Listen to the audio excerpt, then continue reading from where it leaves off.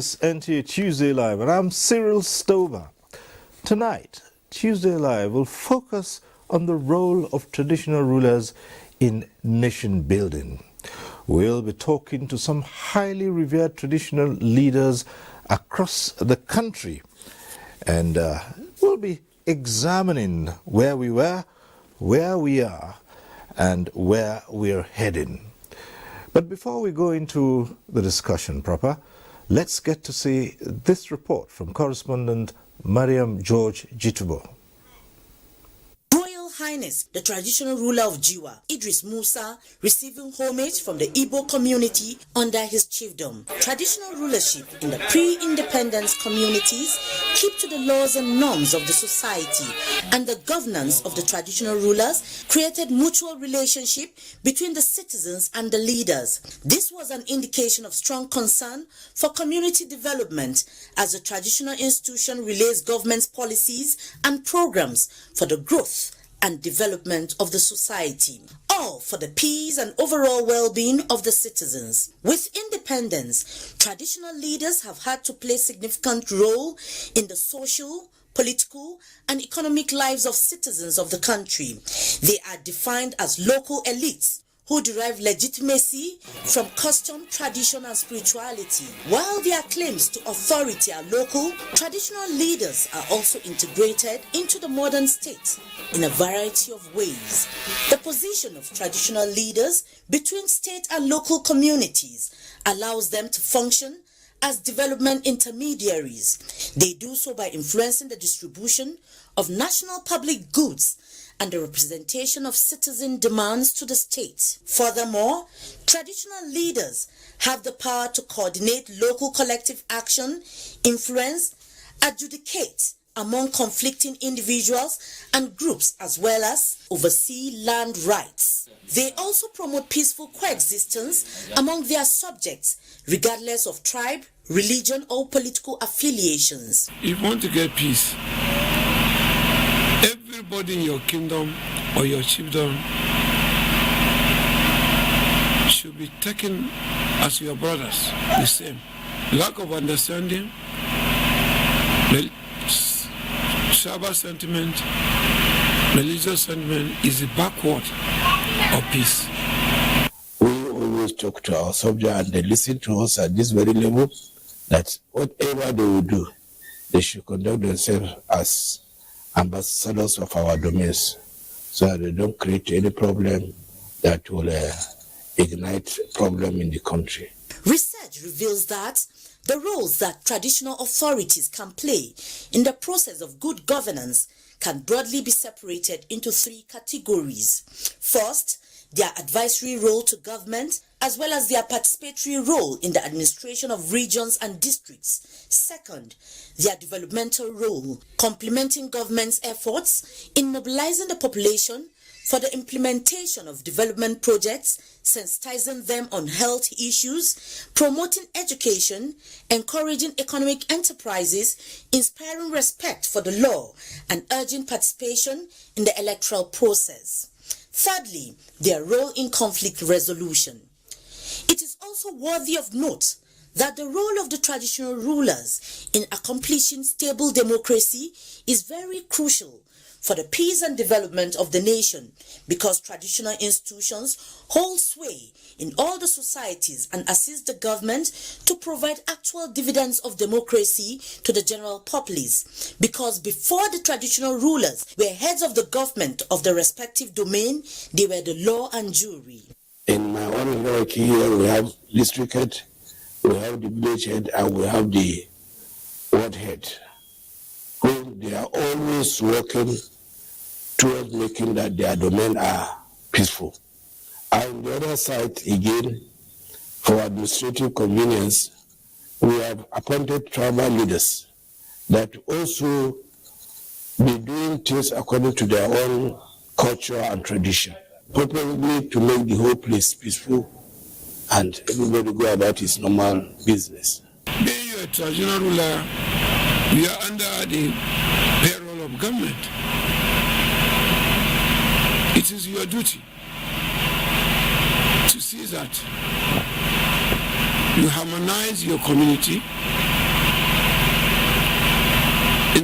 government will enjoy them, and in the way peace will reign between we and the government. You are the one that will take the message from government to the grassroots. It's we that will reach our grassroots, and they take it and use it for the interest of peace. Traditional institutions are symbols of indigenous people's rights, privileges, laws, customs, and traditions, which include, but not limited, to paramount rulers and their councils. Findings reveal that traditional rulers have continued to play their part in ensuring that peace and unity reign in Nigeria and that the country remains an indivisible entity. Mariam George, Jutabo, NTA News.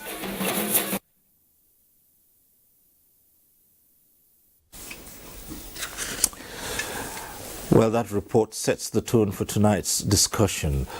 We're privileged to be joined by some highly revered traditional rulers across the country. It's my pleasure to begin to introduce them at this point. May I welcome to this program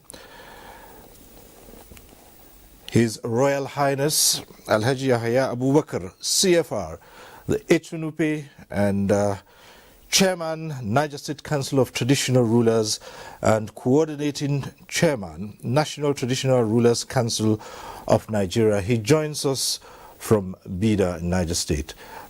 Your Royal Highness Bagadoji, thank you for joining us on NTA Tuesday Live.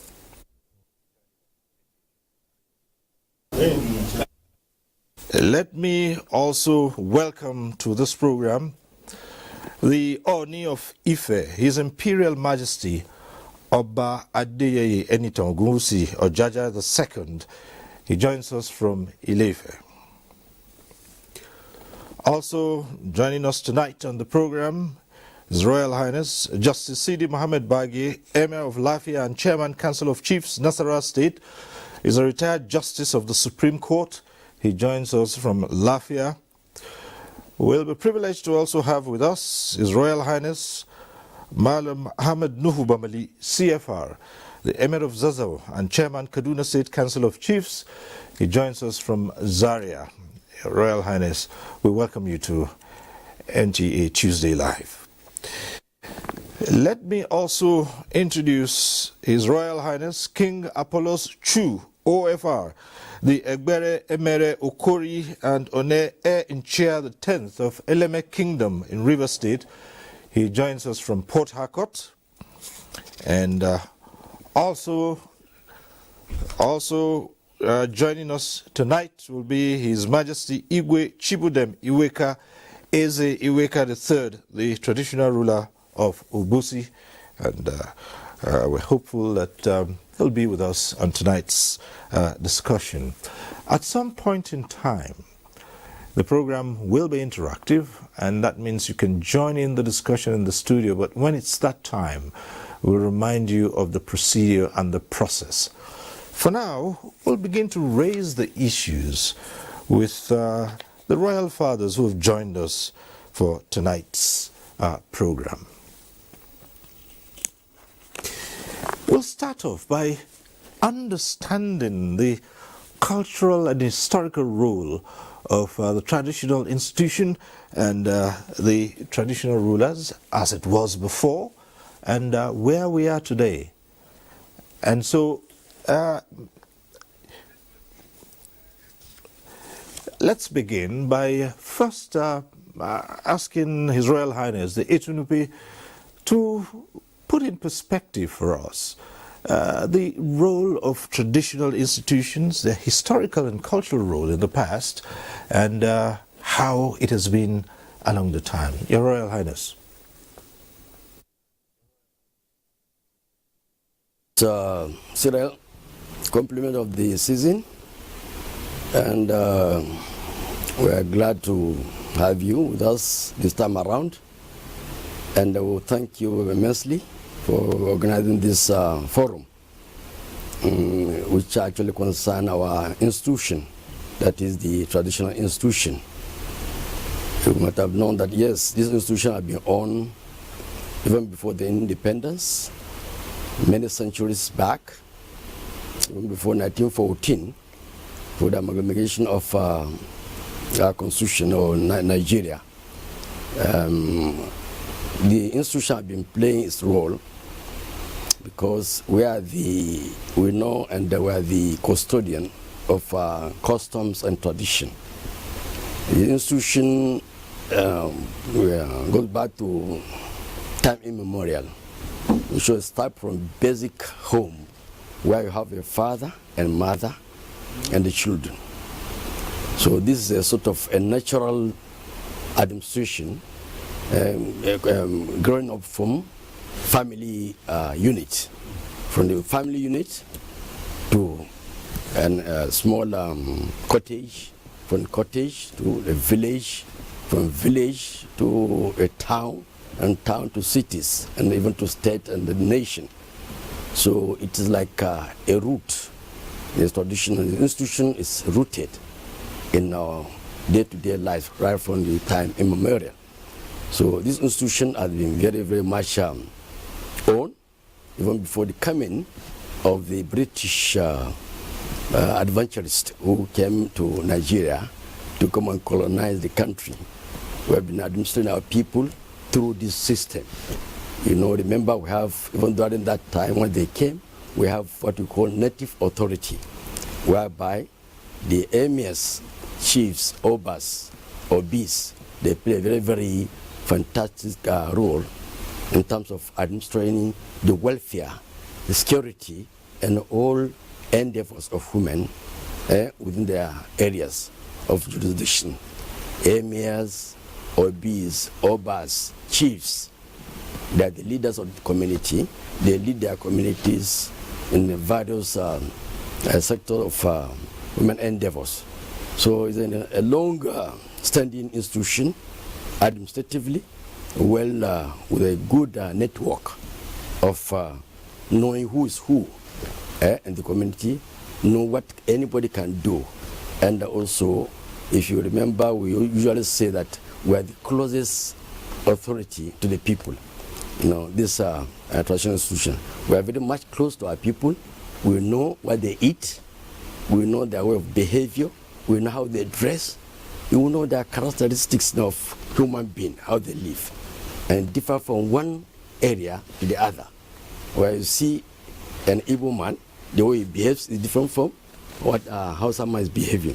When you see a Yoruba man, the way he behaves is different from what how Igbo man is behaving. So these are what you call customs and tradition, culture. And every sort of human development or establishment, you have these peculiarities in cultures. The way we dress, the way we talk, the way we eat, and the way we do our things, you know, ceremonies, what have you, what have you. So it's an institution, like a natural institution, describing people and their culture, describing people's behavior, how they behave and how they live. And it grows from there by even understanding each other, and capabilities of individuals are very much understood within the community. So that is institution. And it's a natural institution. As I said, it grows from a family unit between the father and mother and the children. From there you have, you know, areas, quarters, cottages, and villages. Yes. Thank you. Villages. Yes. Thank you. Villages. Yes. Thank you. All right, thank you so much, Your Royal Highness. There's so much more we'll be drawing from your explanation of how the roles of the traditional institution has evolved over the years.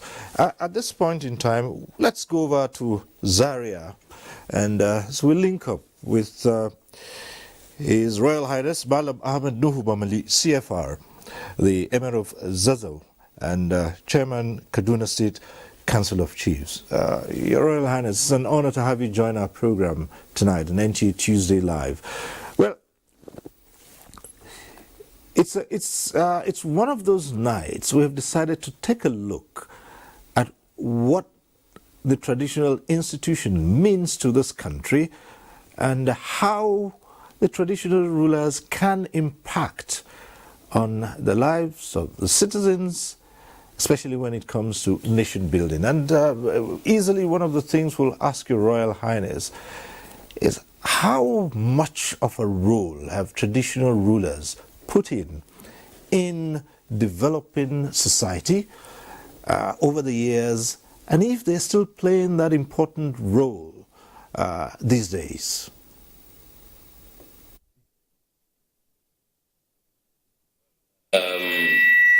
Good evening, viewers, Nigerians, and also especially Cyril, the anchor person in this regard. The has been in existence in this country, for centuries. I'll make an example or reference to Zaza Emirate here.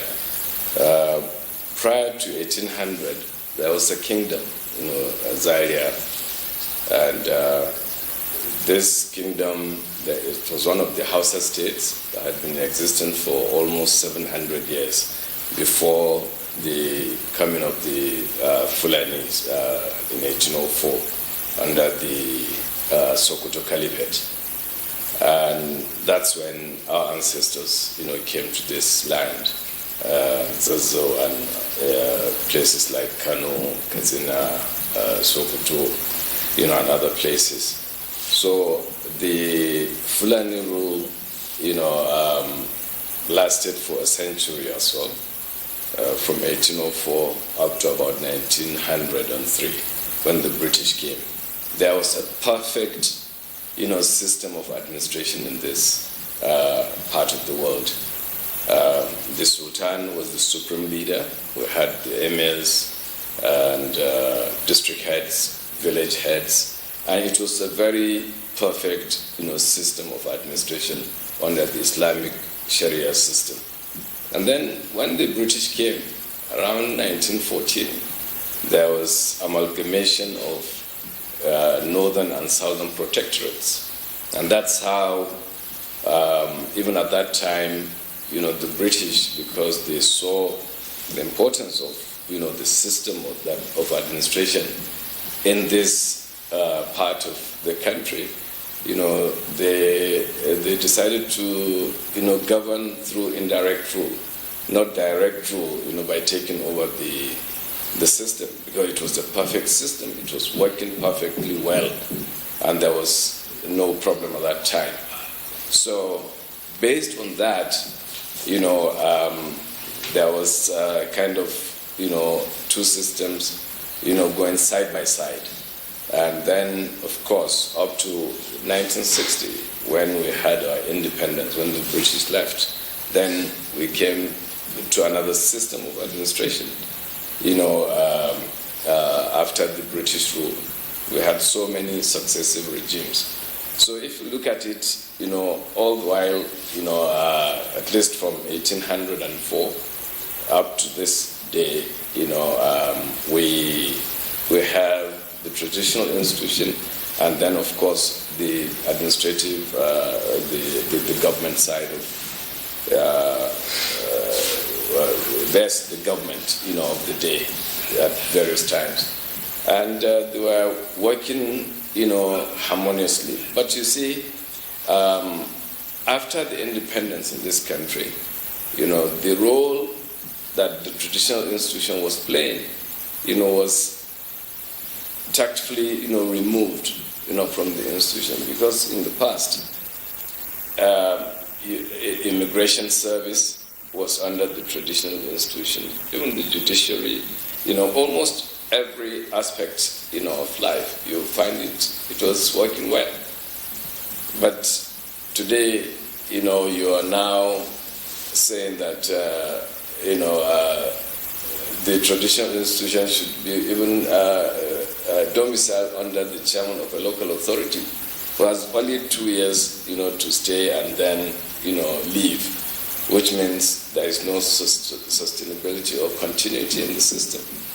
And I believe that we have so many ways, to modify, the way it is being practiced. And it cannot be one size that fits all. what is practiced in America can never work here in Nigeria, 100%. We have to look at it objectively to see the role this institution has been playing and what it will continue to play for the rest of time. So this is a system that is well tested and has been working, for over, 900 years, like here in Zaria, for example. So we're hopeful and we're optimistic that one day, at least, the politicians will see reason, to reintroduce, or to find a place, in the constitution of this country, so that at least we can have a system that will complement what the government is doing. Thank you. Much, Your Royal Highness. At this point, let's link up with His Imperial Majesty Oba Adeyeye Enitomusi, or Jaja II, the Oni of Ife. Your Imperial Majesty, from what we've heard so far, with the passage of time, a lot of the influence of the traditional institution has been eroded. Now, before what we refer to now as modern administrative systems, different parts of this country had ways and means of administering the people. And the traditional rulers wielded far more influence and powers than now. Now, what has happened?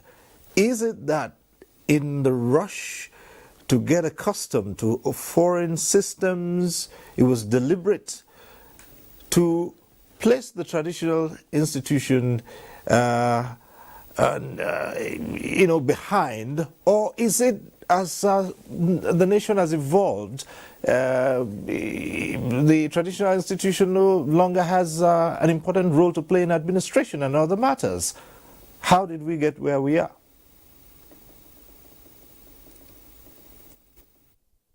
Mr. Cyril Stober. The traditional institution of our dear nation has a very strong link to forces of nature. Anything that has a very strong link to forces of nature is very difficult to uproot and very difficult to change. The political system just wrestled power, unfortunately, from the traditional institution of this country. We are not supposed to be in competition with them. We should complement one another, because we are natural rulers. Historically, traditional institution globally has given birth to governance.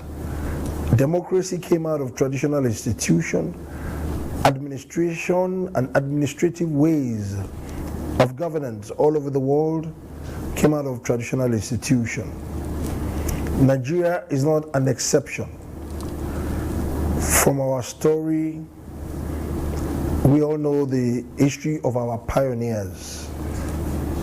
The pioneers of this country, all of them emerged from traditional institution. Coming from the Northern Protectorate to the Southern Protectorate. The Northern Protectorate, we know all our pioneers from the North. The likes of Sir Ahmadu Bello, who was the Sardauna of Sokoto, who naturally struggled to be the Sultan of Sokoto. Unfortunately, the kingmakers didn't make him, and he emerged as a very strong political force in the north. And he also became Sardauna of Sokoto. The same with Tafawa Balewa from Kano.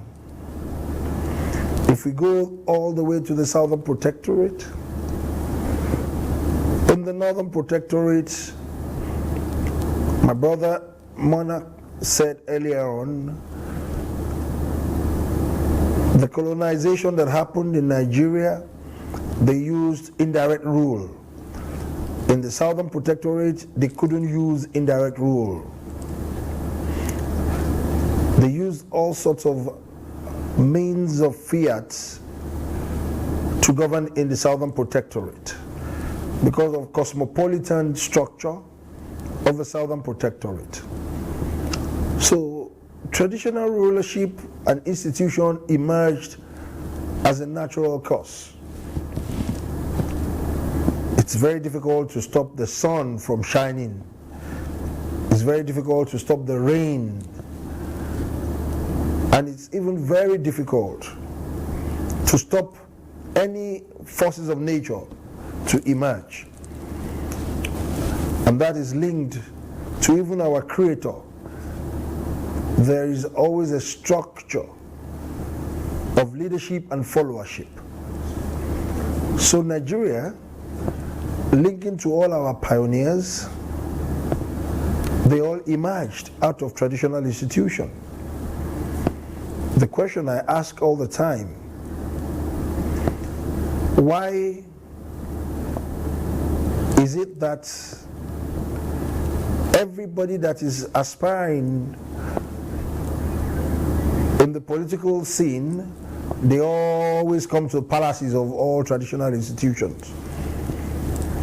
So it's the earlier the better for our political class to know that we must complement one another and make our country a better place. We haven't lost the grip completely. We're still the closest to our people. But politically, all the powers have been eroded completely. We don't have any political input any longer. But what is critical,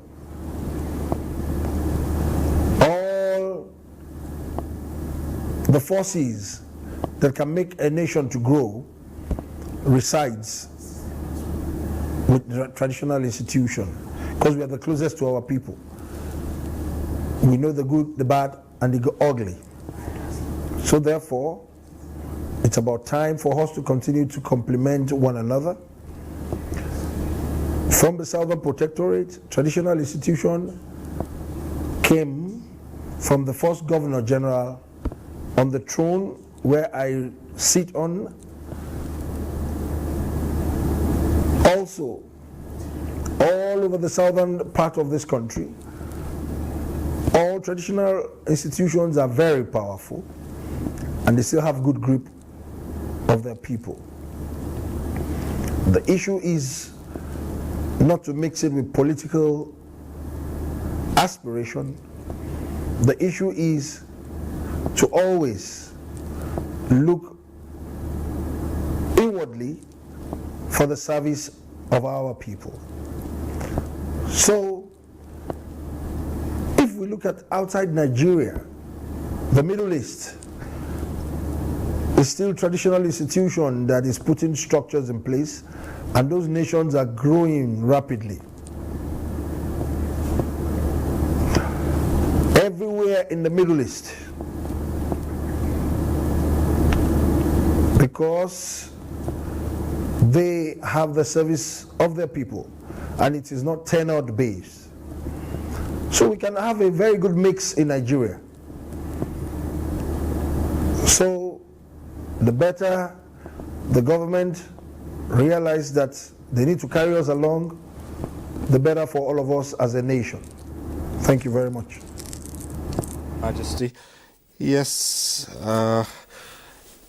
the traditional rulers are considered to be the closest to the people, and like His Imperial Majesty said, they know the good, the bad, and the ugly.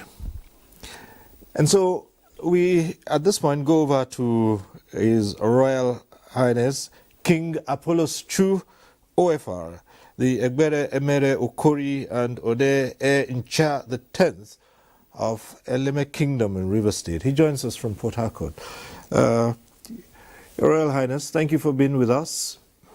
And well, as you've been following the discussion, it's about what the traditional institution can bring to the table with regard to nation building. It used to be when the institution was highly revered and traditional rulers performed both administrative, traditional functions. In fact, in many communities, they were seen as direct representatives of God on earth. It doesn't seem the same way now, and as His Imperial Majesty just said, it's when it comes to politics you find all the politicians visiting palaces and remembering that the traditional rulers are closest to the people. But beyond that, it's been made a largely ceremonial thing. How is it that we are in this position, and what can the traditional institution do to get back on board and be part of the development of the nation as a key part, especially in these times when things have gone awry?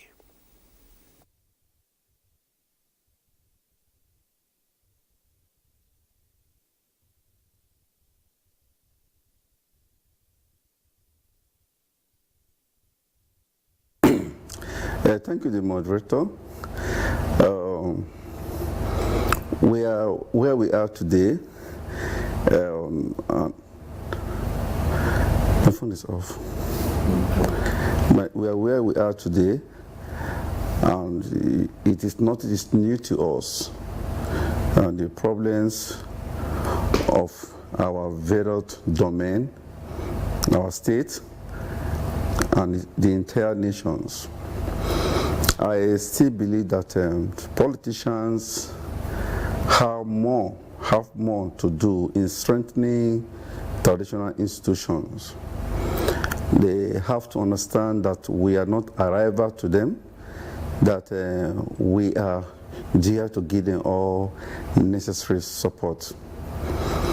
Just as my previous speakers, my colleagues have stated, that a traditional institution is not made by government. Traditional institution was instituted by God, by nature. It has been there. And let's draw attention to let us go down to history. We can also see that politicians, when they have institution, any administration that lost control of the society, it fall back to gather traditional rulers together that they should intervene by talking to their people, holding their very domain peaceful, and counsel their people from all sorts of violence. If we are not important, they will not fall back to us. Anytime there's a crisis, the first people they look at is to neither go down to the palace or now they summon traditional rulers. Then themselves, they really know that they are very important in everything we are doing. If you also come down to, even when government is carrying out various projects in various communities, every project that they are carrying out, all projects will make up their milestone achievement during their various administrations, are carried out almost 98% of it in the various communities, and they left those projects in the custody of traditional rulers to show that both the ongoing project and both the finished project are protected.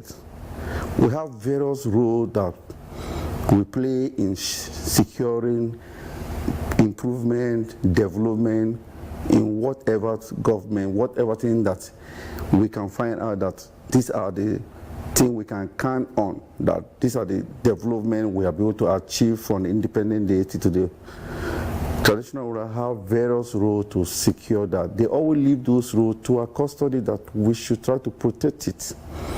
Even coming down to some issues, community issues, local court, customary court, that will resolve issues that bring some conflict. We look at it to ensure that these issues are well addressed without escalation, spending more years in the court, struggling to see that the two brothers, two friends, two relatives, wherever, they are struggling, fighting in the court.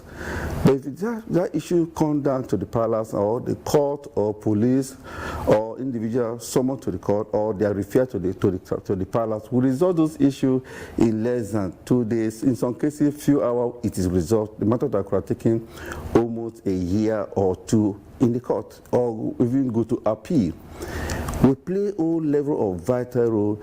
All these roles I'm counting are sustainability of the role of traditional ruler, and also the performance and security or development that every administration that always come on board, they try to perform on executing one project or the other. We have more things we do to see that we educate our people, all government projects, all government programs. Okay, new administration is coming on board. We also believe that despite all appointment to every ministry, parastatals of government, they will still fall back to government, to the traditional ruler. But when it comes to supporting government, they remember us. And what the instruments that will make us to function well for them, they have, it's like a bird that you pull off all the wing and you want that bird to fly. They want us to support the administration, support government, do all kinds of support. But the instrument that will give us that strength to do what it will naturally bring support to them, we don't have it. That's why the traditional last constitutional amendment, they make an effort.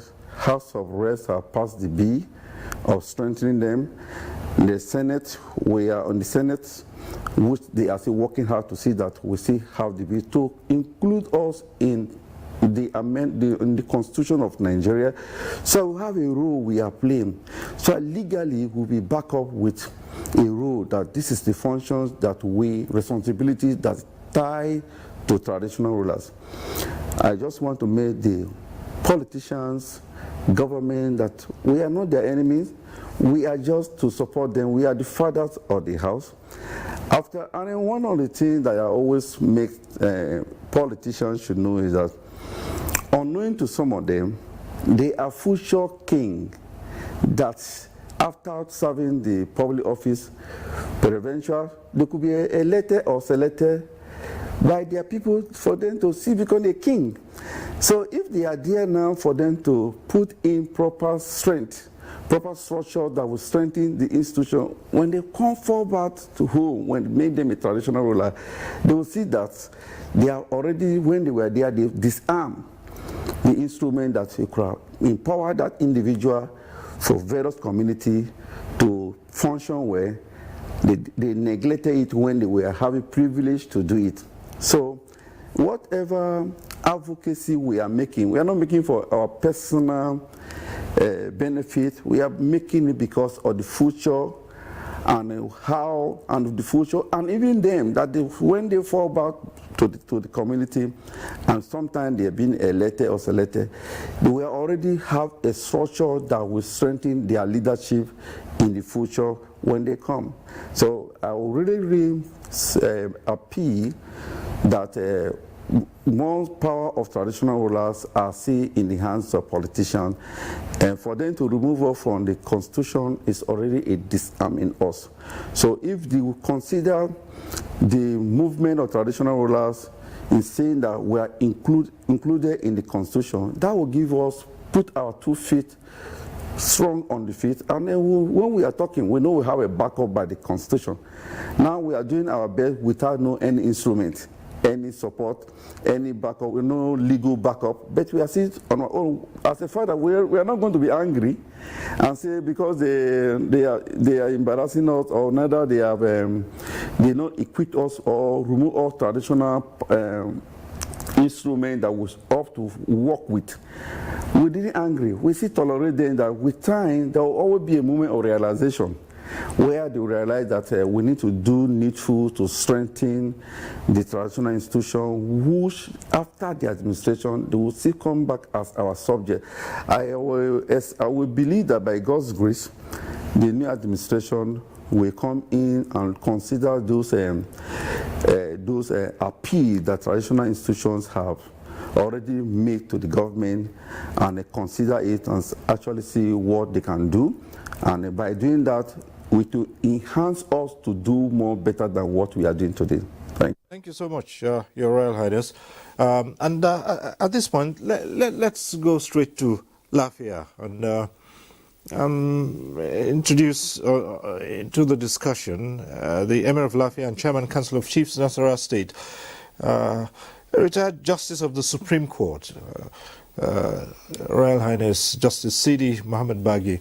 Thank you so much for being with us. And there's a lot that has been said about what the traditional institution can contribute to nation building. And of recent, many Nigerians have called out to have specific roles assigned to traditional rulers in the constitution. And so it moves them away from the largely ceremonial role they play at this time. And we'd like you to share your thoughts with us on this and this position of the traditional institution and how it can play a much more critical role in developing the nation and its institutions.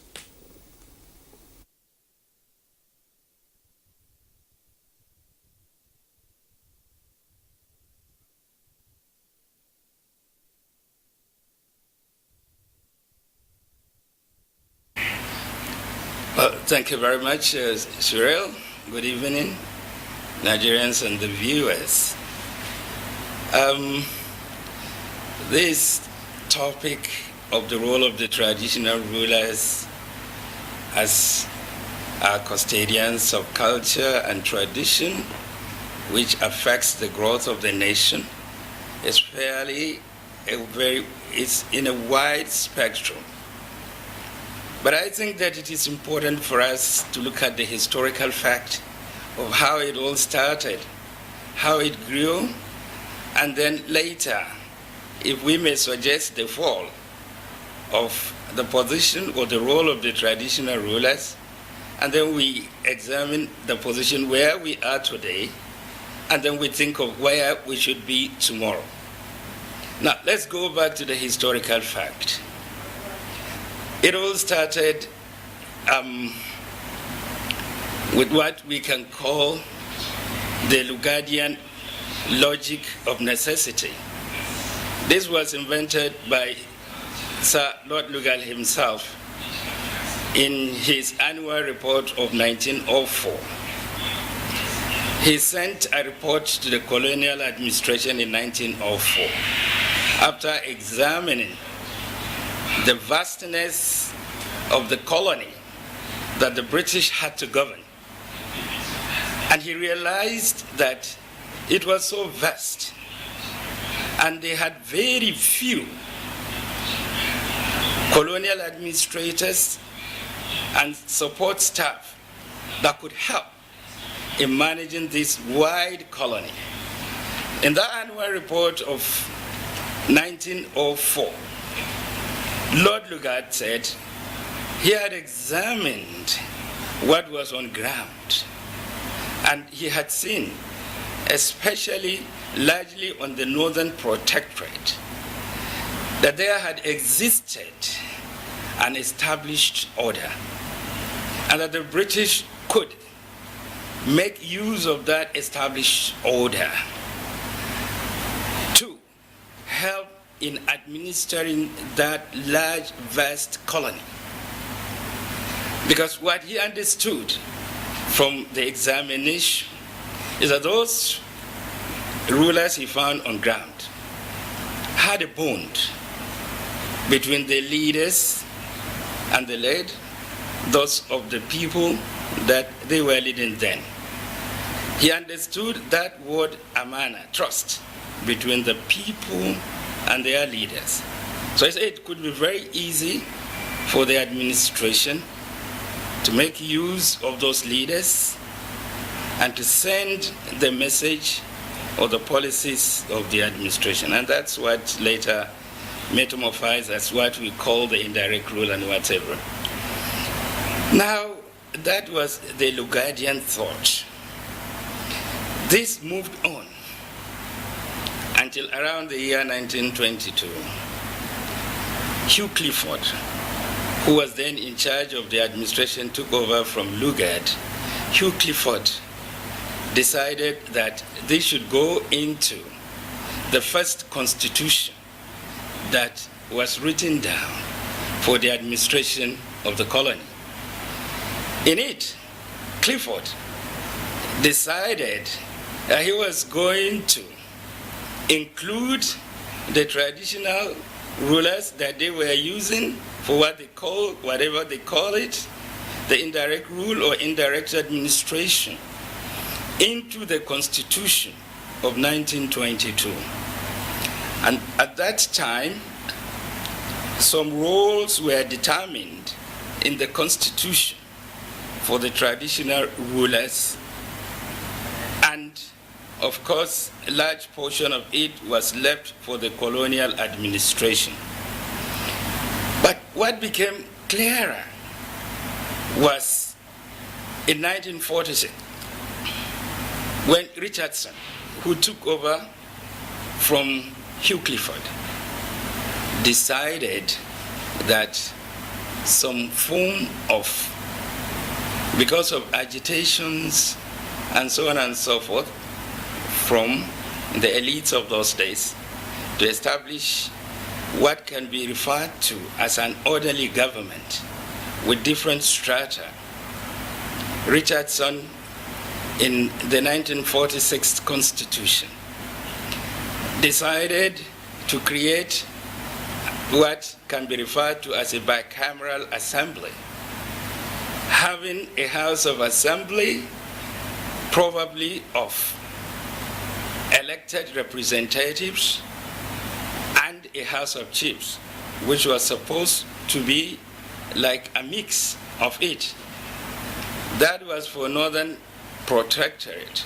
For the Southern Protectorate, especially the Southwest, the traditional rulers were selected into the assembly of the respective headquarters of the Western Protectorate.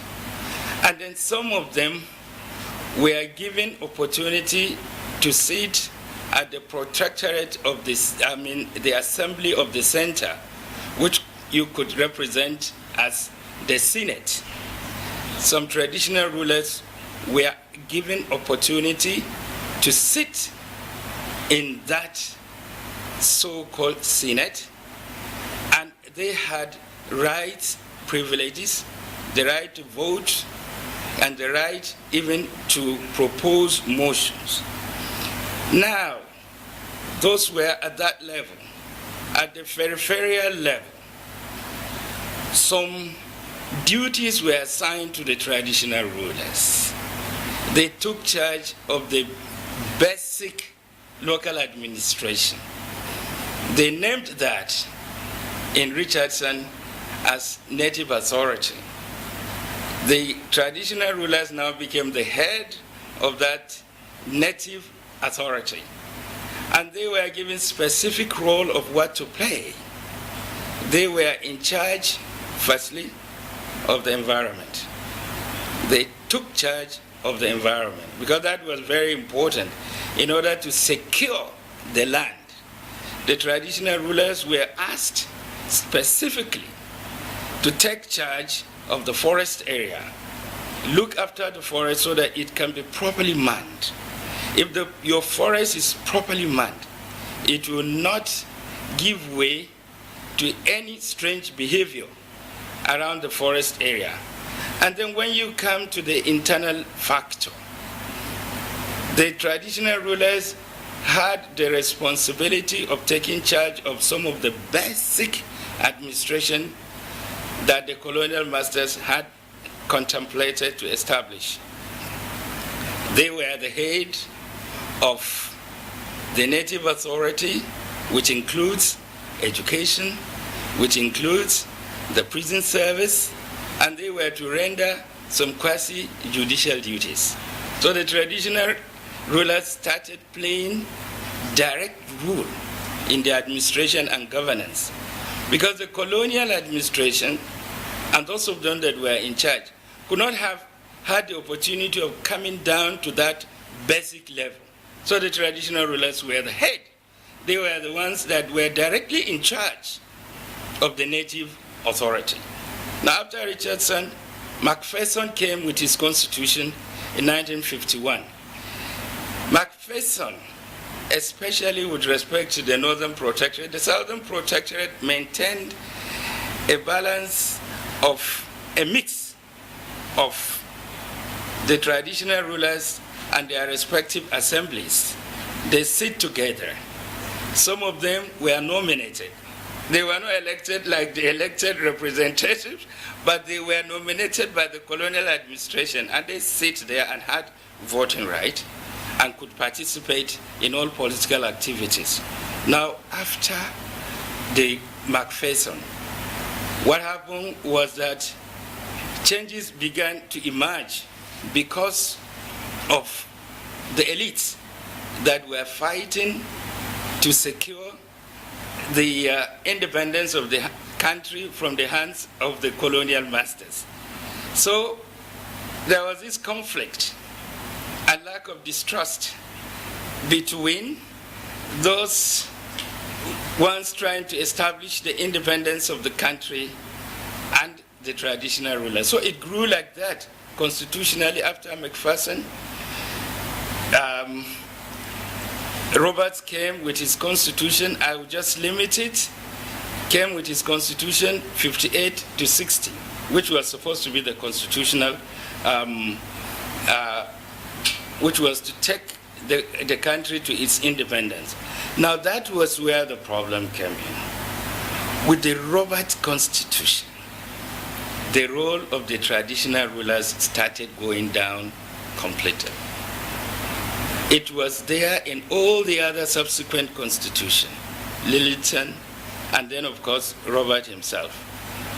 But the deadliest blow was the 1963 Constitution itself, when we returned to the administration, to the homegrown, to our politicians that took over.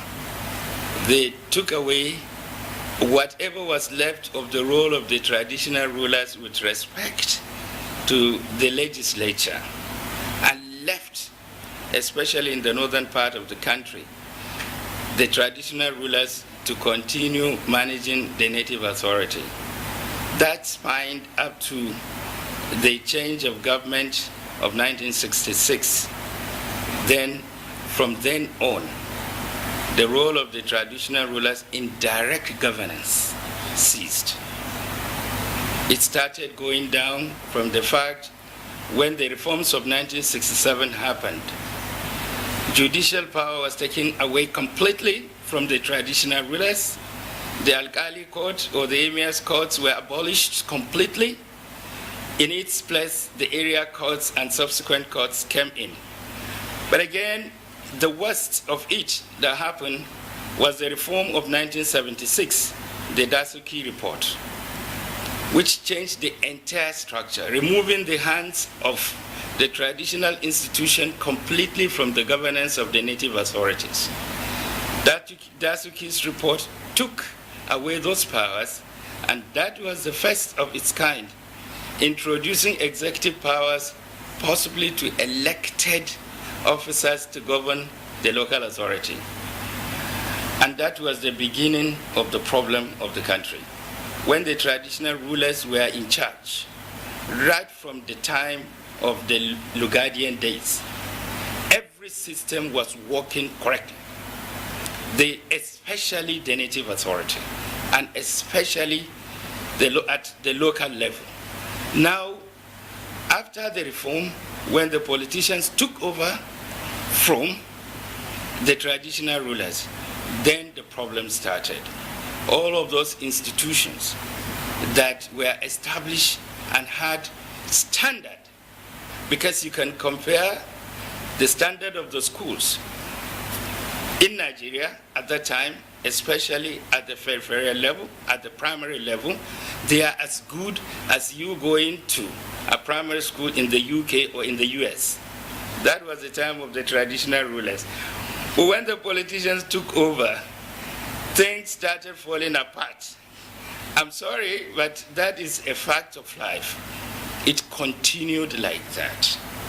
And the traditional rulers eventually became mere observers.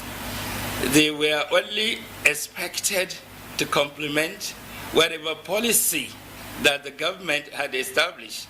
They had no specific role. Now quickly, Cyril, let me talk about, because I've taken so much time in history, let me say a little about what the future may portend. Very important. We need to look back, because we have to accept what system could be good for us. This system that we are operating for now, whether we agree or not, it has failed completely. None of us, not one, would like to send his child to the public school. None of us would like to go to the basic dispensary for medication. None of us would like to avail with most of those services that are rendered. The traditional rulers are the ones that can do it. You can find in some jurisdiction, for example, Indonesia today, you go to the Constitution of Indonesia. At the local level, the people are to determine what kind of governance they would want for their better administration. And that's why today in Indonesia, there are local governments that are governed by the traditional rulers, because that is the choice of the people. And others could still go by the means of democracy as it is prescribed. But I want to say this, Cyril, which is very important. Record has shown that those local councils, even in Indonesia, that are governed by the traditional rule, are far better managed, and have made better progress in terms of development. We had made a proposal, like one of us had said. I was the chairman of a committee on trying to find a role of the traditional rulers, especially in the northern part of the country, and sent to the National Assembly. The 19 governors appointed me to come out with a draft. We did that. We submitted to the National Assembly. I'm sure that they are not taking time to look at those documents. If they had, they would have seen so many interesting things that could help them in the constitutional amendment that was going to find some role, especially because we were faced with security challenges in the country. And the management of security cannot be left in the hand of the conventional agencies. It's very difficult because the terrain is only understood by those of them on ground. And if you allow the traditional rulers to take charge of the environment, the management of the forest and other pockets could be easier, because they know the terrain better. They know where it is, and they know where whatever evil that is around that terrain could be determined. And that's why it's easier to flush out any vagabond that is living around those environments. But the traditional rulers don't have the power, the wherewithal to do all of these things. It's all in the hand of the conventional security. So these are some of those things. And I will still insist that we can still avail ourselves with the opportunity of looking at what kind of administration would be better for our local governments. Right. Because as of now, today, we must admit the local administration, especially the third tier of administration in our country, has completely failed. Thank you very much. Right. Thank you so much, Your Royal Highness, my Lord. Thank you. We'll quickly go over now to His Majesty Igwe Chibudem Iweka, Eze Iweka III, the traditional ruler of Obusi. Thanks for being with us tonight, Your Majesty. Well, the issue tonight is fairly straightforward. What role for the traditional institution and the traditional rulers in helping to build this nation, especially at these critical times where the country is facing insecurity and so many other challenges, people divided along ethnic and religious lines? What role for the traditional rulers? Thank you, Cyril. Thank you for having me tonight. And I thank my fellow traditional rulers who are also on the program.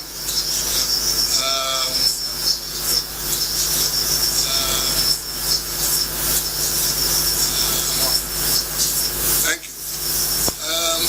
The role of traditional rulers is a very important and fundamental role in the country, because traditional rulers were basic, were very basic in their function from the olden days. Well, in the first place, I must point out that traditional rulers are not to be rated like elected leaders, like your local government chairman, the governors, and so on. Traditional rulers have a dual role. They are leaders, and also their roles are spiritual, also in nature.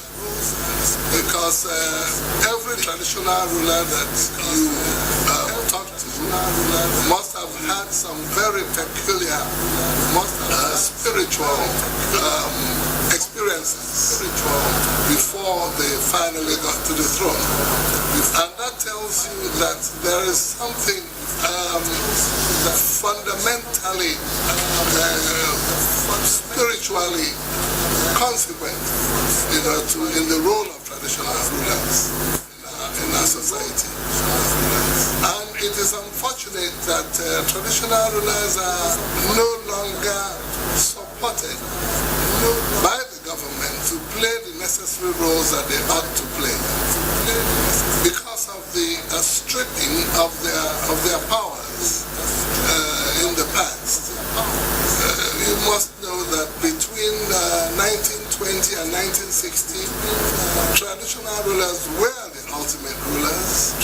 They were in charge totally. And later on in 1966 and later also in 67 and 76, the times of Agui-Ronsi, General Gowon, General Obasanjo, respectively, the powers of traditional rulers were stripped from them.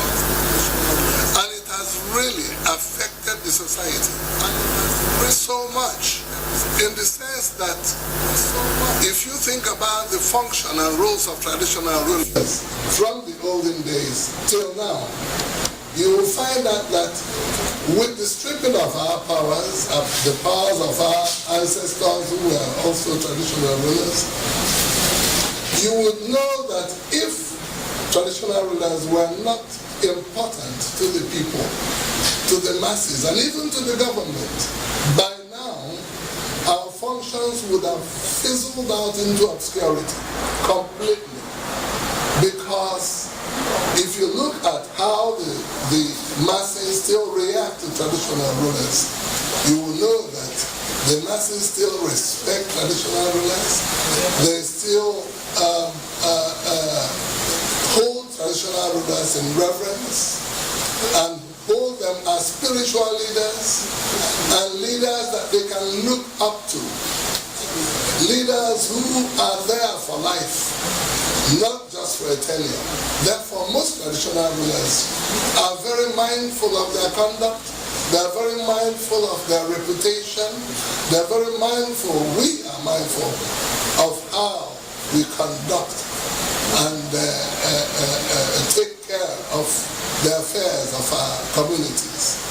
Because our roles are not temporary. Our roles are till the end of our lives. So we must have to carry our people along every step of the way.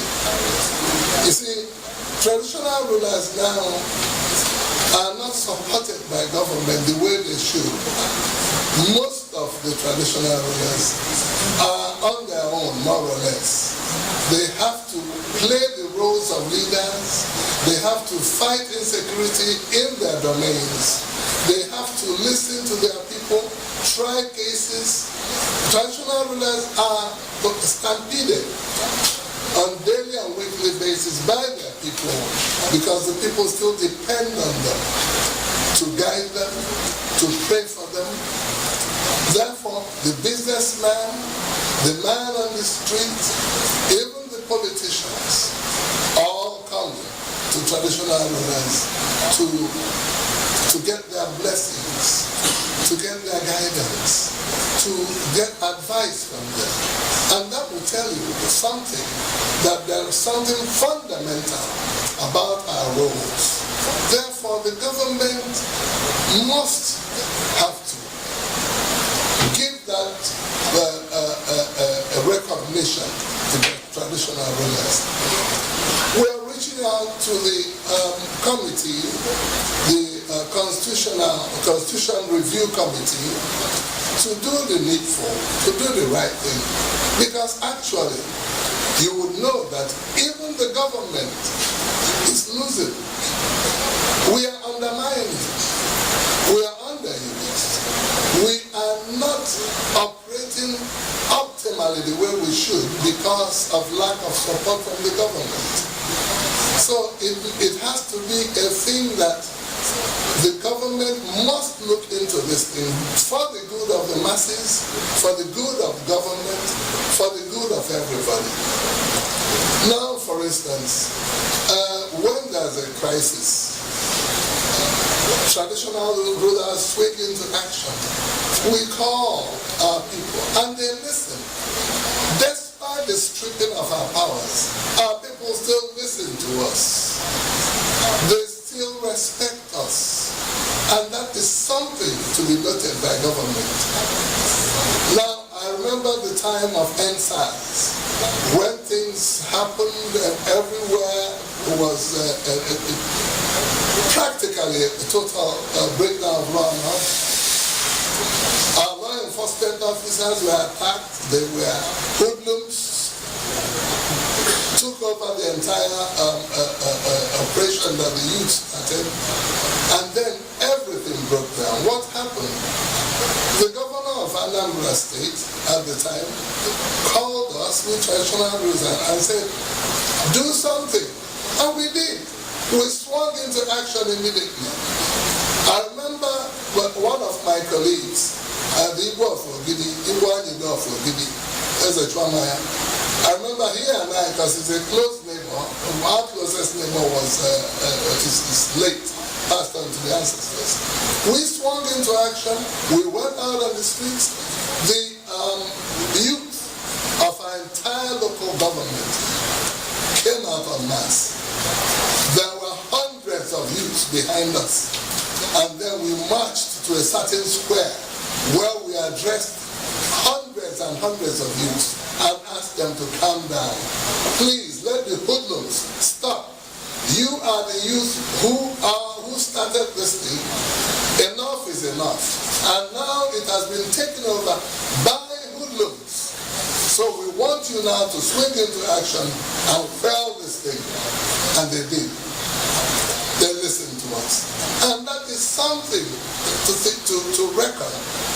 Now, another thing is that as far as security goes, we, the traditional rulers, we know who is who in our communities. We know the hoodlums, we know the good guys and the bad guys. So when the chips are down, the law enforcement depend on us. Even today, I was called by certain law enforcement officers of the federal law enforcement officers to look into certain matters, which I did, and they were quite happy. Now, for instance, you see, sometimes you hear that a man who was convicted of a crime, sometimes people that have been to prison severally, maybe a couple of times, end up in the police force. How? How can that happen? It is because the government doesn't depend on us to help, to assist them, to screen. We know who is who. How can a criminal from a certain community end up in the police force or in the army? An ex-convict in the army or in the police force. How could that happen? It is because we, the traditional rulers, are undermining them.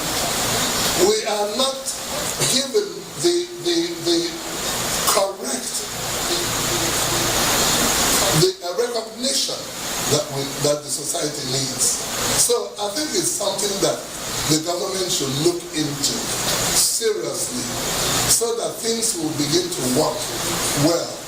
Now, the fact that the government does not give us the right support that we need doesn't stop us from working, because it is our duty. It is our God-given duty. Now remember, I said earlier that traditional rulers are ordained. They are not, we are not politicians, we are not partisan, we are here to take care of our communities. It is a God-given position. We have to watch our reputation, we have to watch what we are doing, we have to set a good pace for the people, we have to set a good pace for the youth, the elders and everything. Now, for instance, you see that a king who is 40 years old summons an 80-year-old man. It could be a millionaire, it could be a billionaire. A 40-year-old traditional ruler will summon an 80 or 90, and he will come. Why? Because he is the king.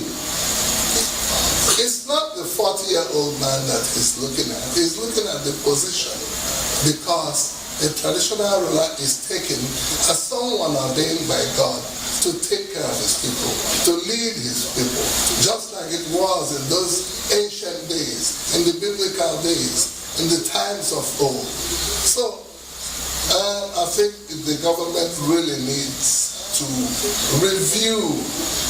We're not asking just the committee members of the Constitution Review. The government, the powers that be, ought to really look into it. We are not in contest with anybody.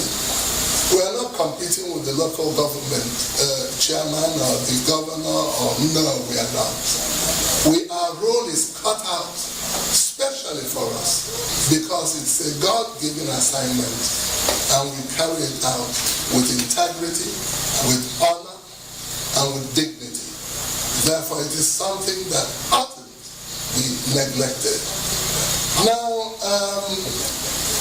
as time goes on, things will unfold, and the reason why we ought to be in a right position in the society will be very clear.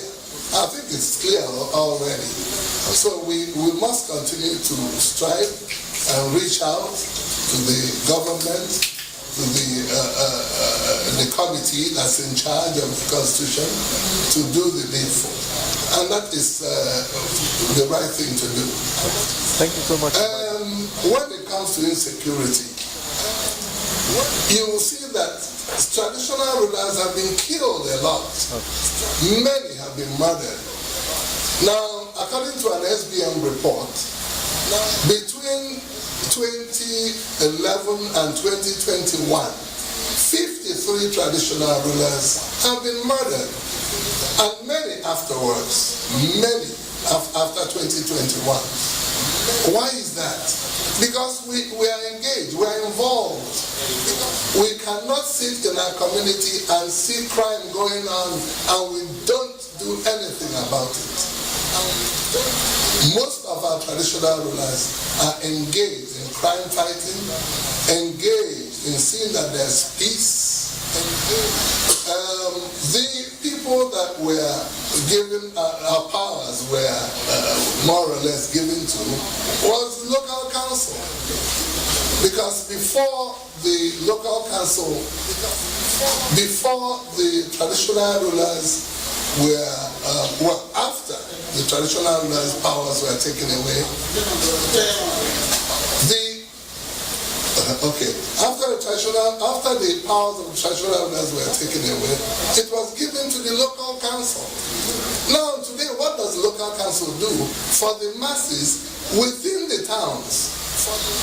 Nothing. All right, thank you. Couples come here, families come here to my palace to settle disputes all the time. They don't go to the local council. I'm not saying the local council does. All right, thank you so much, Your Majesty. In a moment or so, we'll come back to you. And but at this point, let's quickly return to His Imperial Majesty Oba Ade Enitan Wusi Ojaja II, the Oni of Ife. Imperial Majesty, the way forward is look at society today, the Nigerian society, what it has become, all the divisions that have been played up along religious, ethnic lines. How can the traditional institution and the traditional rulers assuage the situation we are faced with at this point in time and help to build that cohesion and coexistence and unity that is so much desired, especially at this point in time? Thank you very much. The truth be told, what I mentioned earlier on about forces of nature. Everything will naturally find its course.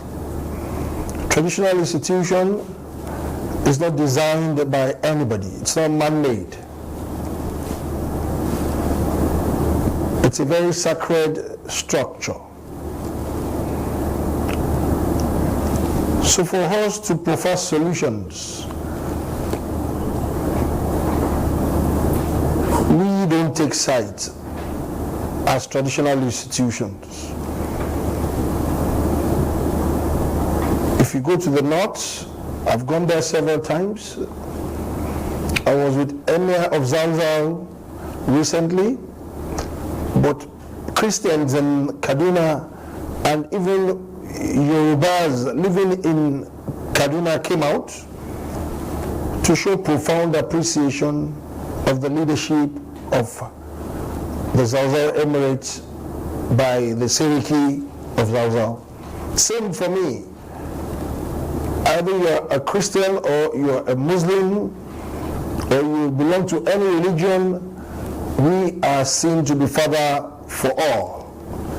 And we should prefer equity, fairness, and justice amongst our subjects. So for us, we are the real party. We are the real group as traditional institutions to provide solution for all the religious, ethnic crises we are having. And it's a very simple thing. Look at the structure of traditional institutions. You've been talking to us from all geopolitical zones. We have retired Chief Justice of the Supreme Court. We have generals in the army. We have accountants, like my humble self. We have doctors, we have lawyers. We have professionals, all combined together to serve their people. You get the best mix in the midst of traditional institution. So for us, the way forward is the government and political class should not see us as competitors. We should complement one another to bring a better Nigeria. We have done it before, we will do it again. All my brother monarchs across the entire country, they've given very positive contribution all along. It's about time for government to start to work with us, and the political class especially, we know the rudimentary things in our various kingdoms, and that's the truth. But they like to use and dump us. We see them very closely to us every 4 years. They come to pay homage and they leave. But for us to continue to prefer solution, we should have a directorate in the constitution of this country that will work with all the gatekeepers of our country. Let them try it and see whether we will not have reduced insurgency, ethical issues, security issues. It will come down drastically. So the ball is back in the political class. We are ready to work and we are ready to prefer solution because it's right by our doorstep. Thank you very much. Very much, Obade Enitogusi Ojaja II, Oni of Ife. We appreciate you sharing your thoughts with us on this program, and we thank you very much for coming on. Thank you, Kabiesi. Thank you. Right. Well, the program is still on. We're still here with His Royal Highness, the Echunupe, as well as the Emir of Zazzau, as well as King Apollos II, and the other traditional rulers are still with us. But at this point, we will take a number of reports. Okay.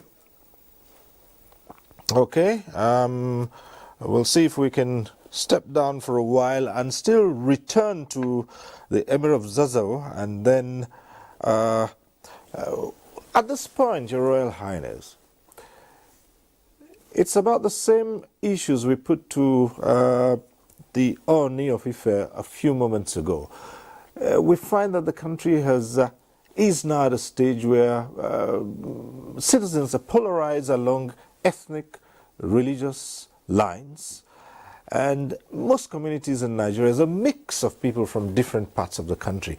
What effort, especially in the face of the insecurity that we face in virtually all parts of the country and other criminal activities, what can the traditional rulers do to stem this tide and bring peace and mend fences and bring Nigerians together again?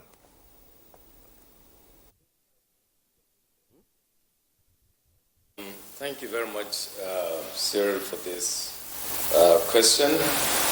From my own perspective, I believe the traditional rulers and any other responsible leader in the community, should be fair and just.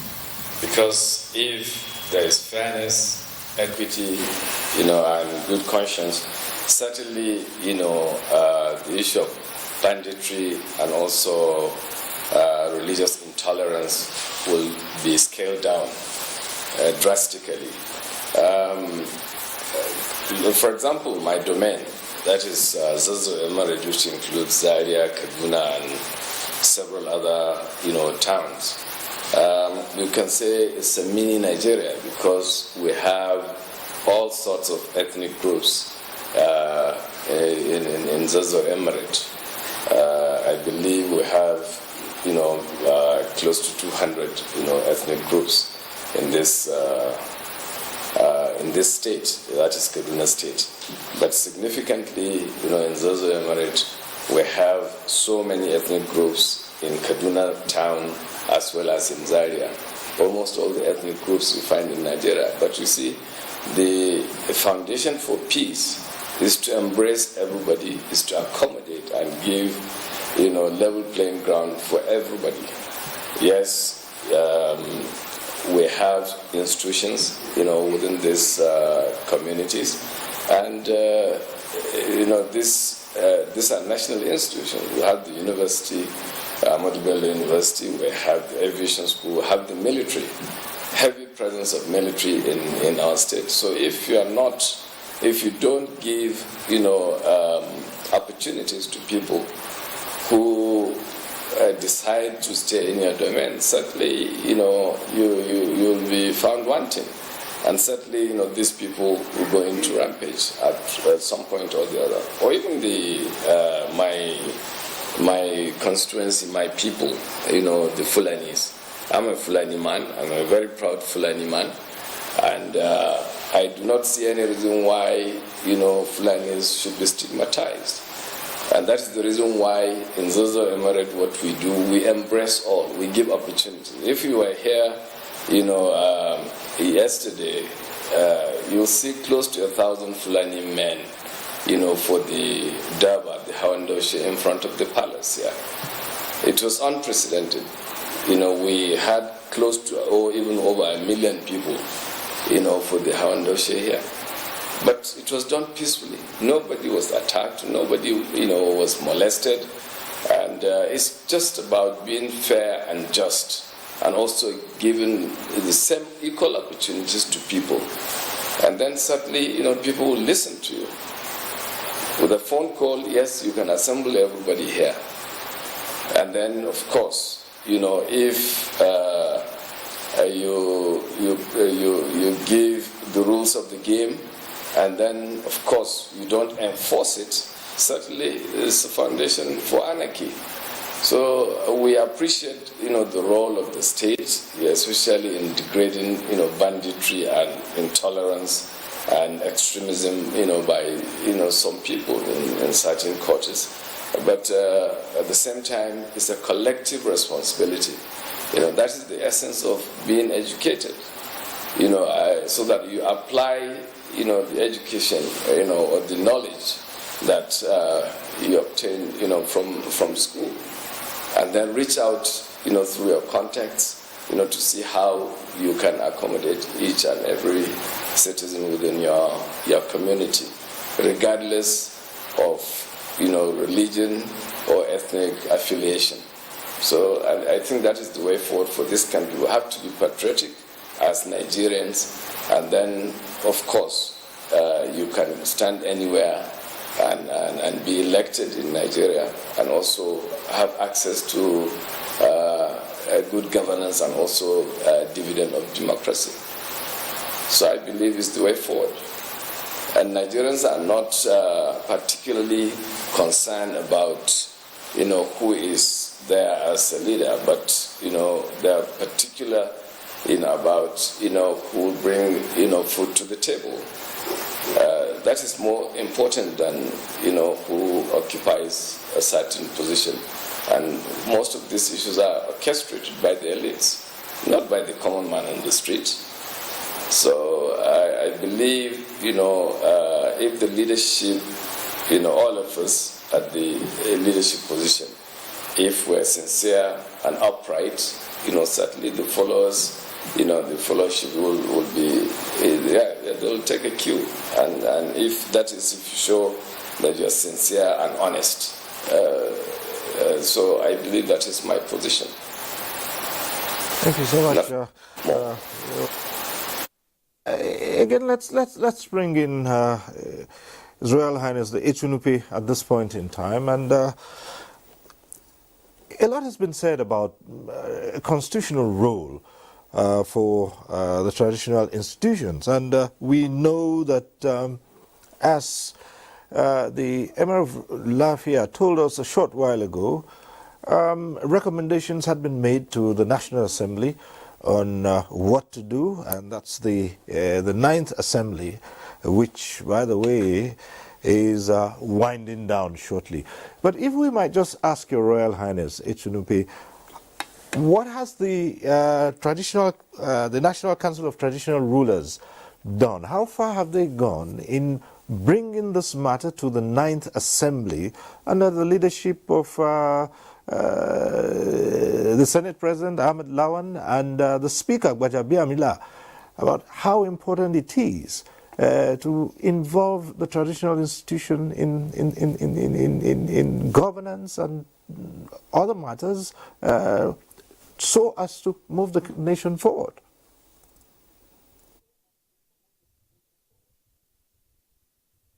Yes, thank you, Israel. Yes, once again, thank you. We are very happy and also feel well blessed, and also all the information and sort of views that have been passed in this forum. We know that this institution has suffered a lot of what we call battering, bullying, stripping, and what have you. Yet, the institution is surviving. Why? Because it is natural. And we are also lucky that the institution wasn't abolished. You are left to some politicians, they will prefer this institution to be abolished so that there will be no more traditional institution again in Nigeria. But we thank Almighty God that the institution is still existing. And since we are still existing, we who actually inherited what our forefathers left for us, we continue to do our utmost best in terms of seeing to the welfare of our people, the security of our people, addressing them from time to time, 24/7. They're always with us, and that's why this believe that yes, we're the closest to our people, continue to play its role. So, nevertheless, we made a lot of attempts, right from the time of administration of His Excellency President Jonathan. Propose fundamental roles for this issue to play. We passed to the National Assembly. It was also sponsored by our Senator, Senator Adamu Abdullahi of Nasarawa State, who actually presented this bill in the National Assembly. It went through first and second reading. And then the last opportunity we had was when we, a committee, was set up under the chairmanship of His Eminence, the Sultan of Sokoto, and the owner of Ife, to actually present another memo, which we did to the National Assembly. Luckily for us, that memo went through the normal National Assembly deliberations. The House of Reps, they passed the motion, and unfortunately, we couldn't make the required sort of marks with the Senate. So during the recent or just recent past constitutional review, the Senate didn't give us the blessing we're supposed to have to make it feasible in the Constitution. So that also is holding it. But we have not given up our hopes. We still hope either this Ninth Assembly will do it, or immediately the 10th Assembly comes in, we continue to pursue that objectives. And those roles are very, very basic. Just not interfering with the actual administration of the already established institutions, that is federal government, state government, or local government. These are the roles that we want to play as an advisory role, to advise the authorities, to mobilize our people, to encourage and promote the program of the government at any point in time, ensure that our people understand. Because I give an example, there are so many bills or policies that government is bringing to people. Some don't even see the day, the light of the day. Why? Because they are not akin to our people. People don't even know them. They don't even understand them. So we, the traditional institutional rulers, we believe that if we are at the point of this, the decision making, the policy or programs of the government, we're able to advise which policies are very good for our people and which are not palatable to our people. So we want to see ourselves playing that role in decision making with the government at all levels, and that's why the presentation we made, we even made a structure that at federal level we should have members. That at federal level we should from this institution at least 2 from each or 3 from each zone. In this country we have 6 geopolitical zones: in the southwest, southeast, south-south, northeast, northwest, north central. So we have 3 representatives come to sit side by side with Mr. President at National Council of the State, whereby any the policy or any program being deliberated or being decided, the institution is there, the traditional rulers are there to give input and promote the acceptance of whatever policy the government is bringing. And when you come to the state also, we have what we call Council of Traditional Rulers in the state. We now sit with our own council and also be chaired by the governor or the representative of the governor, so that at any point in time, whatever the government or the governor has for the people will be passed and will be discussed with us, and they will see which one our people are going to take or not.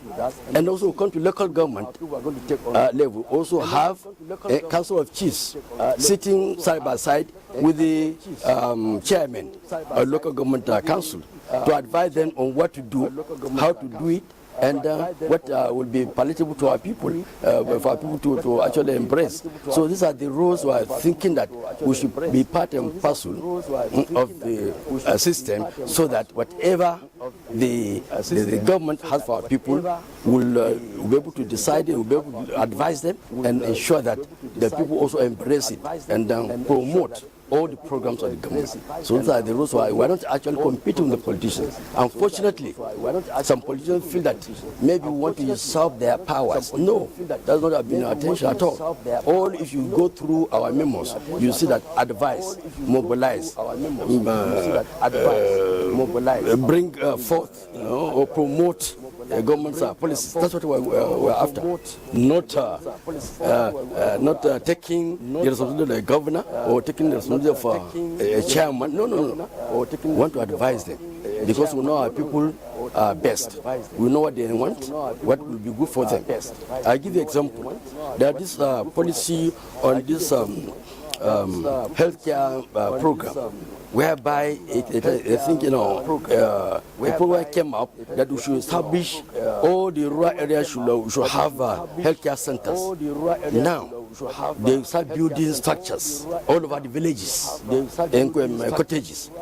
What do you have at the end of the day? You cannot send a doctor who enjoys light in the town, water in the town, to go to a village where there's no light and no water. So we say no.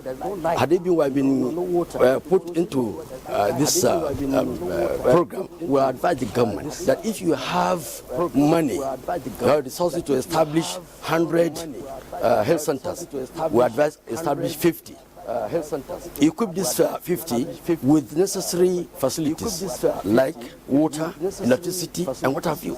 So that's what our advice will give. And then from that, the cottages or the health centers in the villages, they will be able to operate. A doctor will move from town, go to a village, will know that he has water, he has electricity to use, and then you work there very comfortably. So those are the areas we feel that things will be better. And also we think, like, another policy, there was a time when the government was thinking to abolish unity schools in this country. We ask, where should we abolish unity schools? What are the purposes behind establishing unity schools? It goes beyond just getting education. No, we want unity of this country, we want interaction between an Igbo child with an Hausa child, with a Yoruba child. By the time you send an Igbo child all the way from Enugu to go to Kano to attend a school, you are bringing the bond of relationship between these two people. The same thing, you send a Yoruba man to go to Maiduguri to learn, you are bringing the bond of relationship between them. So we feel that if we have been brought into this table of understanding, level of understanding and policy making, we'll be able to advise the government at the best way forward. So those are things we are asking for, that we should be part and parcel of the governance in this country. We should be part and parcel because we are natural, we know our people, and we know what they want, and we know what is good for them. Thank you. Thank you so much, Your Royal Highness, and let's return to His Royal Highness King Apollos II. And Your Royal Highness, speaking about building bonds across the country, various ethnic groups, religious, different religious lines and putting Nigerians together once again as it used to be. Now, we know that you've traveled a lot in the past to different parts of the country, extending this fellowship. We've seen you do that a lot. But what can the traditional institution do? How much more can they do to reunite Nigerians and heal broken spirits and stem this unfortunate tide of playing up the divides along ethnic and religious lines?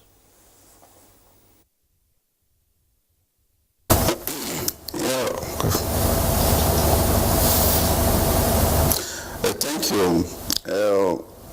If we take our mind backward for about 10 years now, you see some level of development among the synergy of bringing every traditional ruler, every tribe together through the leadership of Sultan of Sokoto, who's the national chairman, and the co-chairman, Oni of Ife.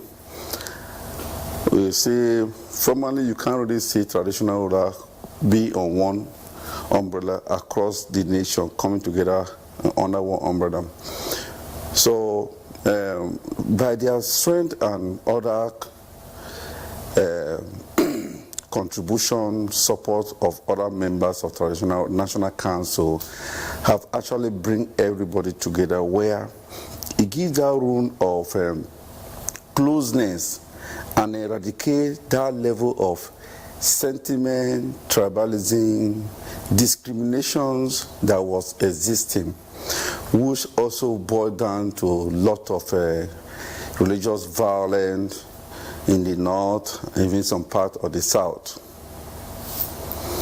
But we coming together, formally, we can really see that actually the unity, the fear was the situation that we were having before.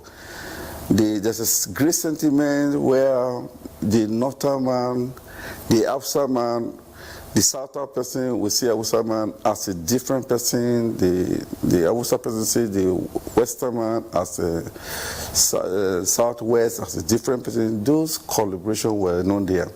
And that's why we give birth to all level of religious fights, all level of reaction, burning of churches and everything, because there was a misinterpretation or misunderstanding of purpose in this country. But National Council have bring traditional rulers from various ethnic nationalities together under one umbrella. Formerly it was distance, there was no room of communication. So I can easily believe any propaganda they will tell me about you. I can easily react to any propaganda I heard about you, or you react to me. But coming together under National Council these days now, we are now building all that bridges, relationship, that friendship. And friendship translates into peace and oneness. We are enjoying that too. If we bring back memory now, you see that the religious crisis, mostly in the north, have really declined from the time we started coming together, started declining the way it was in 2001, 2003, or if you see, watch out now, it has really declined, meaning that we are moving forward because of coming together under this National Council, bringing everybody, because this leadership are the one in head of various kingdoms. When their subjects are seeing their leadership talking to the southern person, the eastern, the southeast, southwest, the north, they will be surprised, because by the help of your humbled organization, NTA, and all the media houses, traditional media houses and social media, they are seeing that we are together. Their leadership are together. So automatically it makes their subject that are not really know what is going to drop down their weapons, their arms, and their tempers are coming up because they have seen their leadership coming together, meaning that there is no problem. So we continue to be doing what we are doing to bring everybody together and encouraging every traditional rulers. Despite all levels of distraction that we are really facing, we are a father of the house. Despite how your child is misbehaving, you see how to see play that fatherly role to say talk to them until they gain their consciousness. And when they gain their consciousness, there will be collaboration and cooperation of building a family or building a nation. The country has really suffered distraction. It really worries some of us, and that's what some of us are finding as volunteers of seeing everything we can do to bring people together.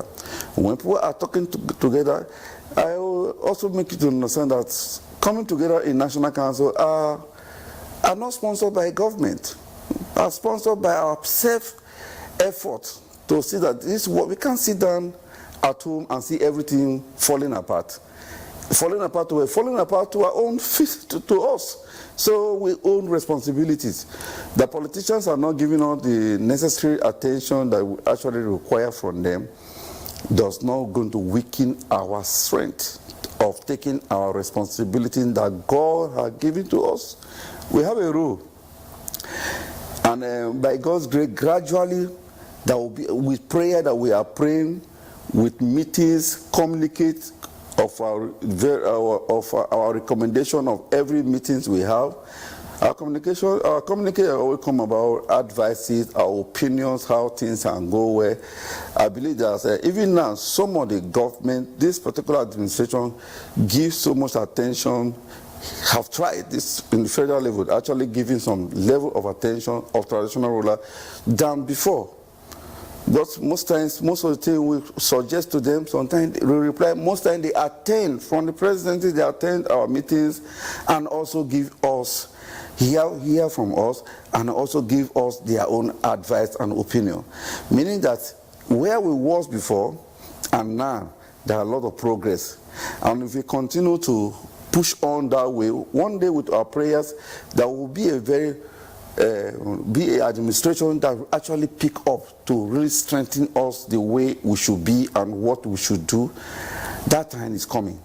And it can only come when we are on the journey of doing what we are doing now. We continue to be talking to our subject. We continue to be protecting government facility in our domain. We can continue to do security networking and report to government. We'll continue to do vigilantes, everything that will make sure that we are moving forward. We'll continue to be doing that. There is a hope that this country, if you look back, there are really a lot of milestones that this country has achieved, and there are also a lot of milestones that traditional institutions have achieved, and there are also a lot of milestones of decline of insecurity in most areas that were very, very bad. Even religious fights have really declined. And then gradually, that if we have get to this stage, we expect government to take advantage of what we are doing and actually constitute us properly and give us all levels of backup that we require. By doing that, we believe that what the fear of today and the fear of the future, with a quick intervention, there will be something different that will actually give everybody hope and give everybody that stability, and also give traditional institutions that capacity of functioning properly.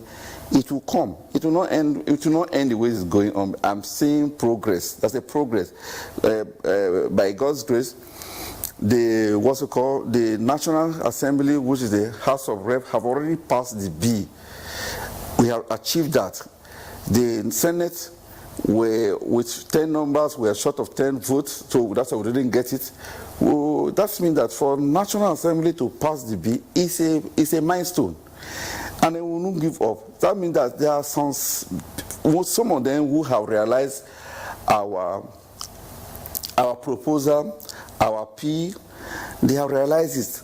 So gradually, Senate will be with a responsible house body we know, constituted body we know, who they are our children, that they will look into it again and pass this bill, which we believe that Mr. President will give his consent to it. I will say that all traditional rulers in this country should never give hope, and every Nigerian, so far we have achieved, let us not go backward again. Let us continue to. Life is all about dynamism and move forward, and gradually we shall have a better, what we don't have today, we may have it tomorrow in the future. Thank you. Royal Highness.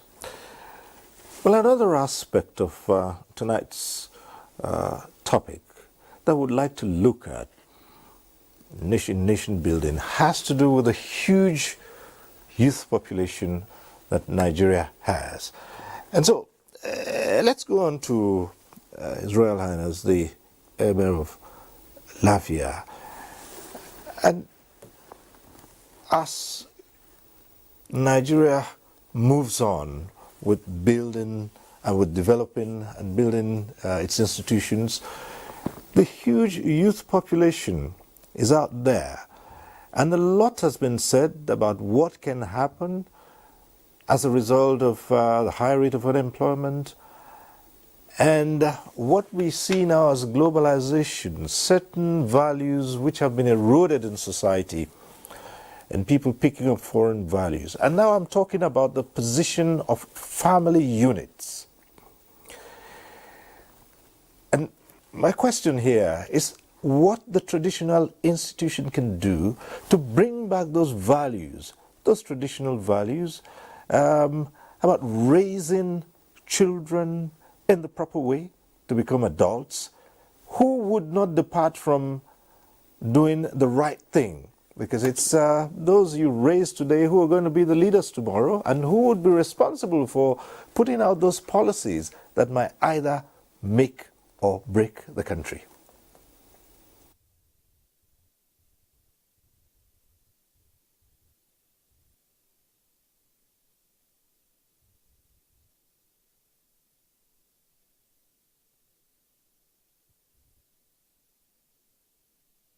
Cyril, thank you very much again for the opportunity to say a word or two on this.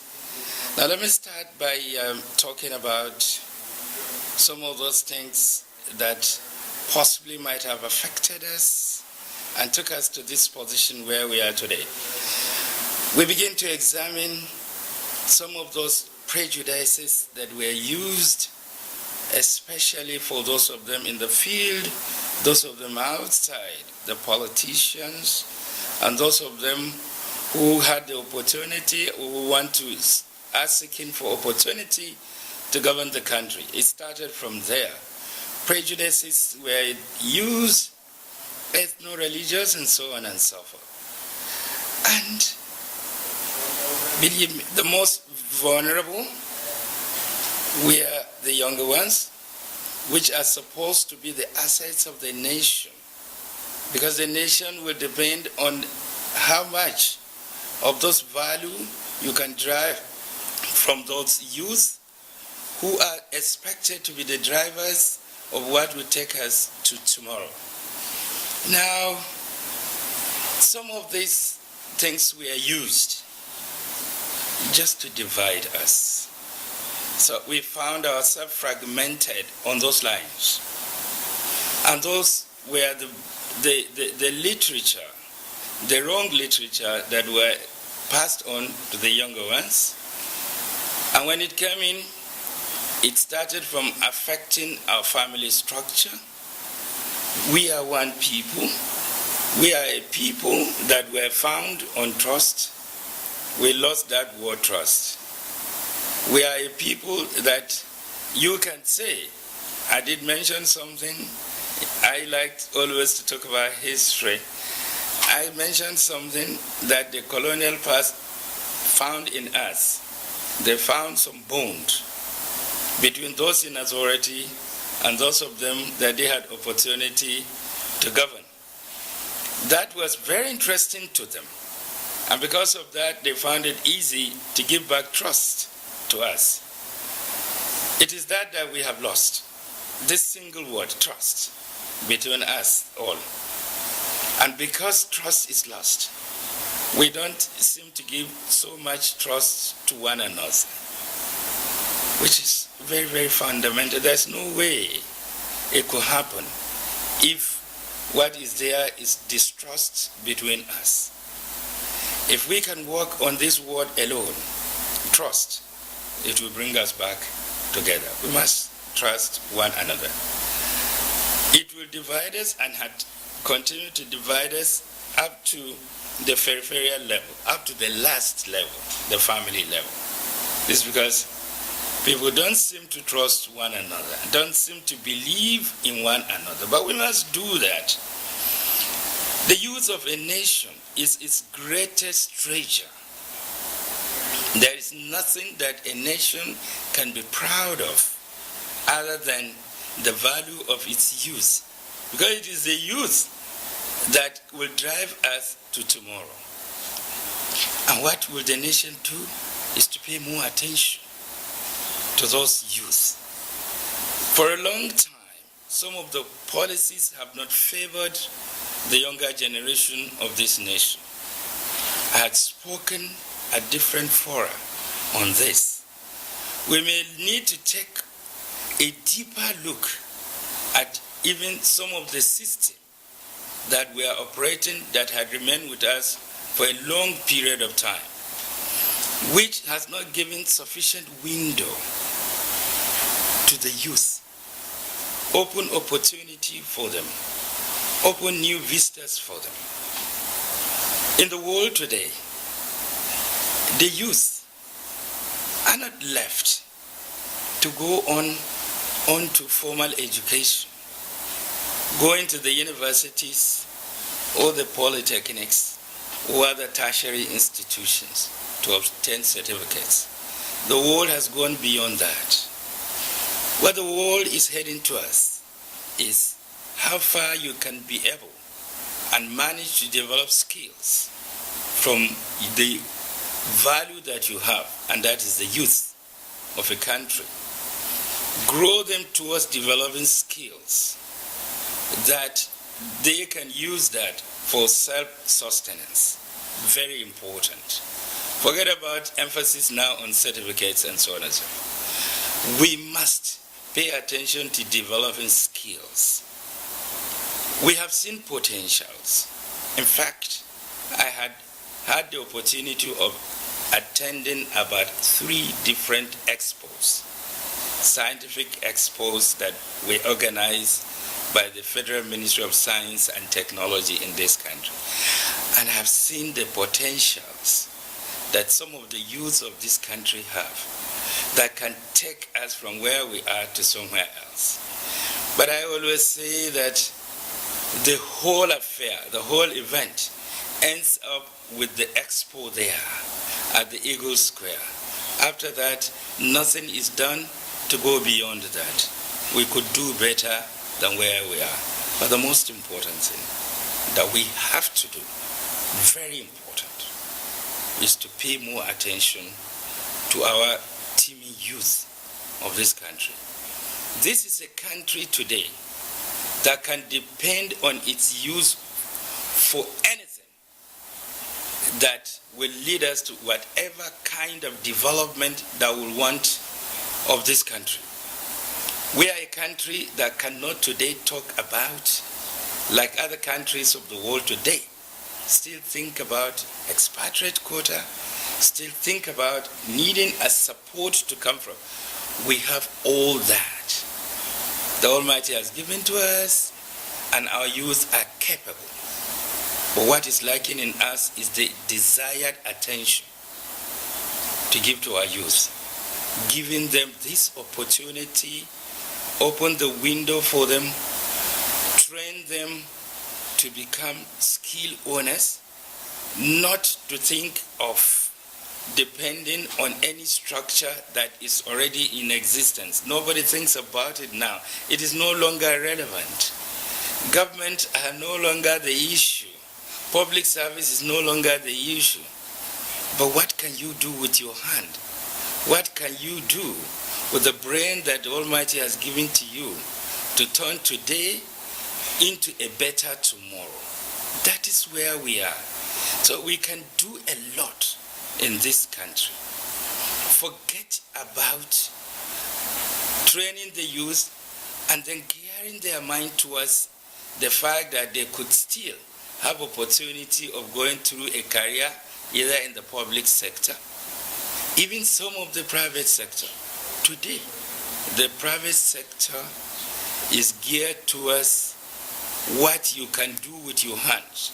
If you go there with your certificates, because of what they are set up for, they ask you, do you have any special skill other than those papers that you are coming in with? If you develop your youth on the line of skills, they will take over, start developing our country from the basics, like those countries that have grown from the basics, like us.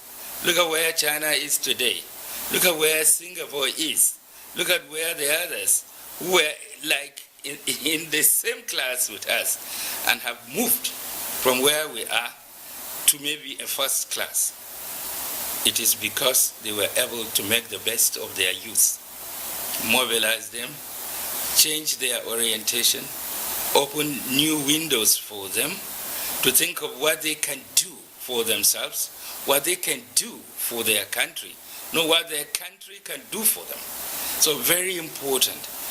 And because we are lacking in this, that is why this question becomes important. Why is even the family system giving way?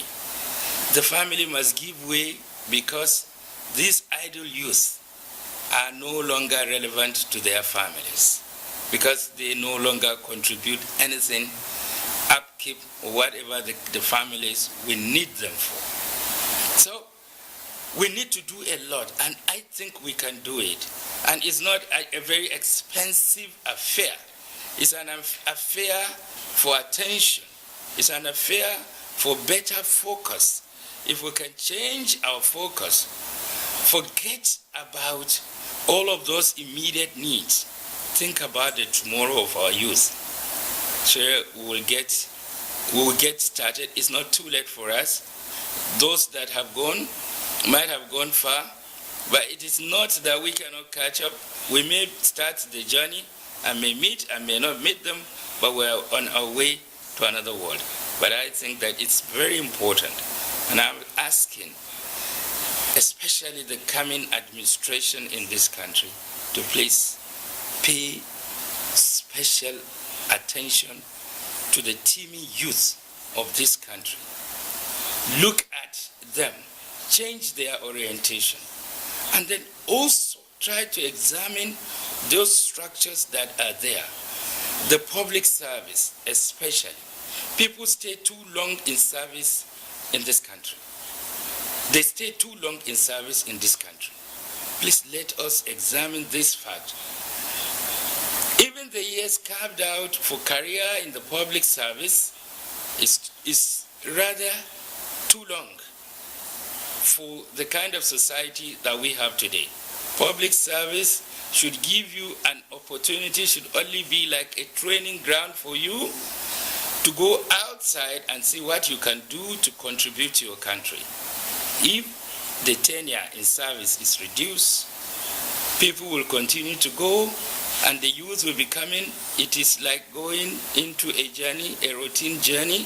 As they go, they find the experience, go into the world, and they can be also able to use their own talents. We stay too long, and people sit too tight to offices, and they give no room for the younger ones to grow. We developed the national service. The NYSC scheme is beautiful. It has been able to meet some of its objectives. But beyond that, what does it do to us? What does it do to the youth? We say after graduation, come so that you can have 1 year of national service. Very good. You are sent to jurisdiction outside of your own. You begin to learn to know your country. And those orientation, little that you get at national service. But after that, you are left with frustrated youth. Those service and all of those experience don't mean anything to them because tomorrow does not portend anything good for them. The period of the national service should be the period of developing those skills that you need of your youth by the time you graduate to them. Is 1 year enough now? We may look at it. We may think of elongation. We may think of elongating the period. Give them all the skills and send them to the world. And look, you will see what our country will turn into. I thank you very much, Cyril. Thank you very much. Thank you. Your Royal Highness, Emir of Lafia and Chairman Council of Chiefs, Nasarawa State, Justice Sidi Mohammed Bagi, a retired Justice of the Supreme Court. We'd like to thank Your Royal Highness for availing us of your thoughts and wisdom on today's topic. Thank you very much, and we appreciate you. A retired Justice of the Supreme Court. We'd like to thank Your Royal Highness Thank you. for availing us of Thank you. your thoughts and wisdom on today's topic. Thank you very much. Thank you. And we appreciate it. Now let's go over to Obusi and speak with His Majesty Igwe Chidubem Iweka, the Eze Iweka, third traditional ruler of Obusi. Your Majesty, as we begin to wind down, let's hear you speak on uniting this country, giving the youth a sense of direction, and bringing together all those who have, unfortunately, felt hurt by the events of the very recent past, with all the politicking that's just gone through and everything else, and people who feeling insecure in other parts of this country. Let's hear you speak to that issue and how Nigerians can come together again as one people who have spent all this while together and still have a lot to do to build the future.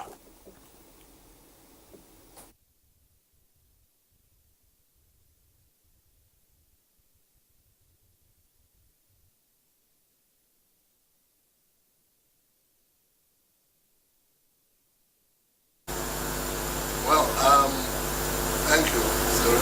Well, I would like to use this forum to make a very special plea to our federal government, and especially to the committee, and especially we are the traditional, and especially we are the traditional,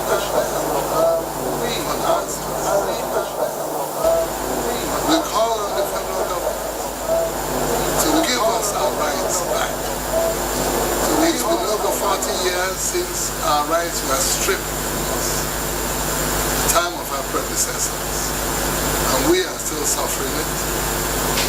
Give us our rights back, our constitutional rights, and watch what we're going to do. Watch crime drop, watch the enhancement of peaceful coexistence in the communities, and want to see more peace within the communities across Nigeria. We are there. We are not going to relent in the work we are doing. Like I said earlier, if we were not accepted by our people and still recognize the traditional institution by now would have been a past story. It will have not been. It will not be in existence anymore. But the fact that our rules are still effective in the community, despite the stripping, it shows that traditional rulers should be encouraged. We should get our full rights constitutionally, and also get logistic support, because a lot of towns are in conflict, youth restiveness in so many towns. There's war, intercommunal war in a lot of places.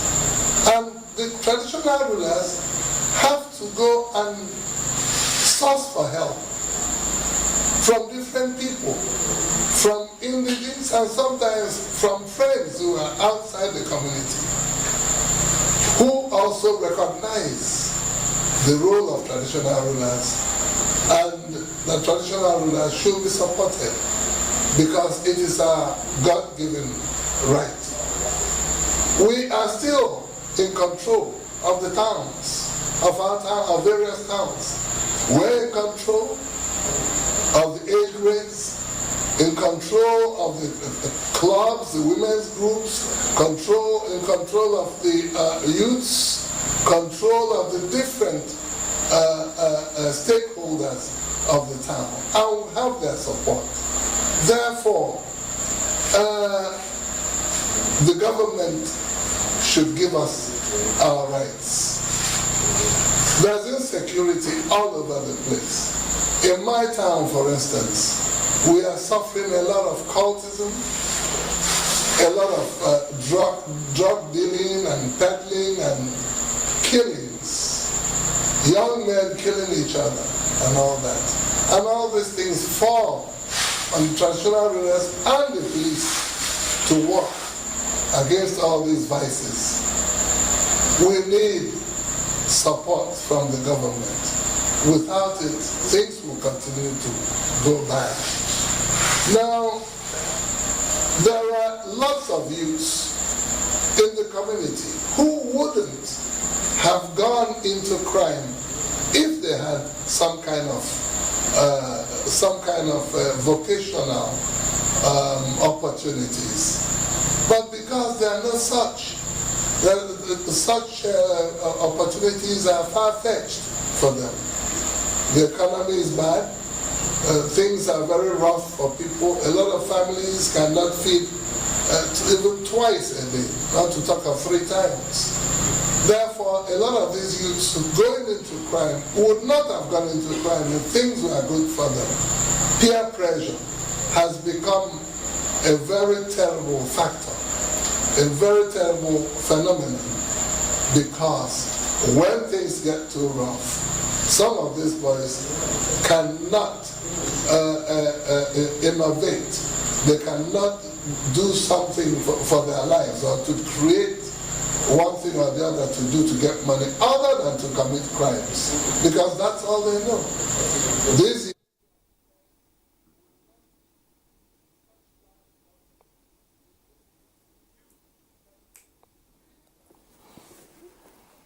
Well, okay, right.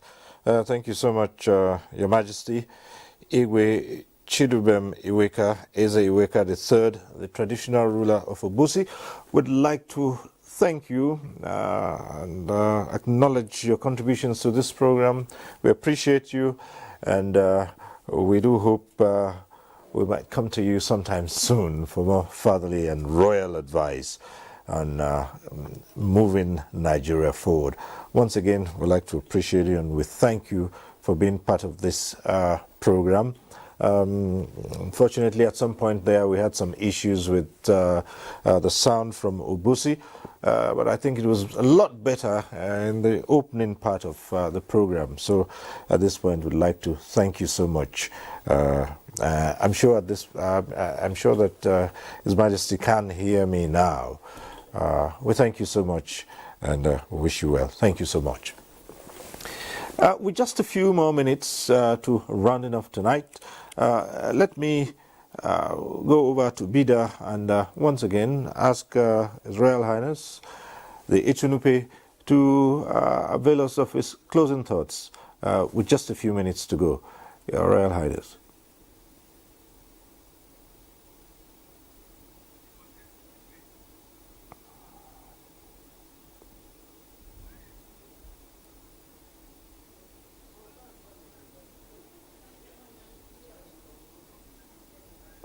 Okay, well, I have a little bit of a challenge returning to Bida, but let's get back to His Royal Highness, the Emir of Zazzau, for his closing comments.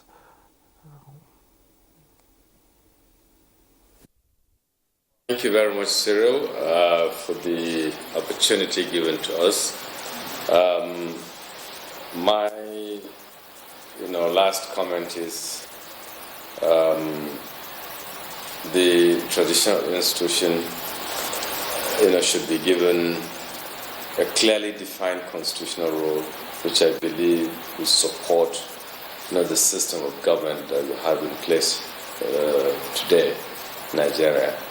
And the role of this institution cannot be overemphasized. It worked in the past. Yes, there were mistakes in certain areas because of the zealousness of some leaders. But, overall, if you look at it, it was a very successful system. And we still believe that, the role being played by this institution is what we need today in Nigeria. So that at least we can, forge ahead.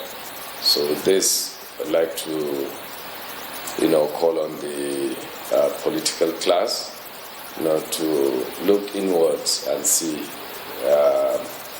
the need, for passing the bill, so that at least this institution can have some legal backing, and also redefining the role of this institution, for generations, yet unborn to benefit from the good governance of this system of administration going forward. Thank you. Thank you. All right, thank you so very much, Your Royal Highness. Malam Ahmed Nuhu Bamali, CFR, Emir of Zazzau and Chairman, Kaduna State Council of Chiefs, we thank you, Your Royal Highness, for coming on this program. We appreciate you. Thank you very much. Okay, now let's return to His Royal Highness the Echunupe. Hopefully, we've been able to get that right. Yes, and Your Royal Highness, with just a couple of minutes to go, would like to hear your final thoughts on this program. Just 2 more minutes to go on it. They said, actually, thank you, Israel, and we appreciate the efforts of the NTA for bringing this program. And I also want to let you know that we are still having a lot of hopes in the next National Assembly, the 10th Assembly coming. The memo will be refreshed again, dust up, and then presented to National Assembly with the hope that something positive will be done. And believe that politicians that are coming in now, they are going to actually look into it seriously and study it, and then see the importance of this institution and ensure that we have been given specific roles. Just to let you know, we just want some legal instrument that we use to ensure that we are part and parcel of administration of this country, to complement what the governments are doing at all levels, federal, state, and local government. That's what we're asking for. Inshallah, we believe that the next assembly coming will look into it critically and ensure that our roles are being well defined in Nigerian Constitution for us to play it very, very effectively. Thank you, and God bless.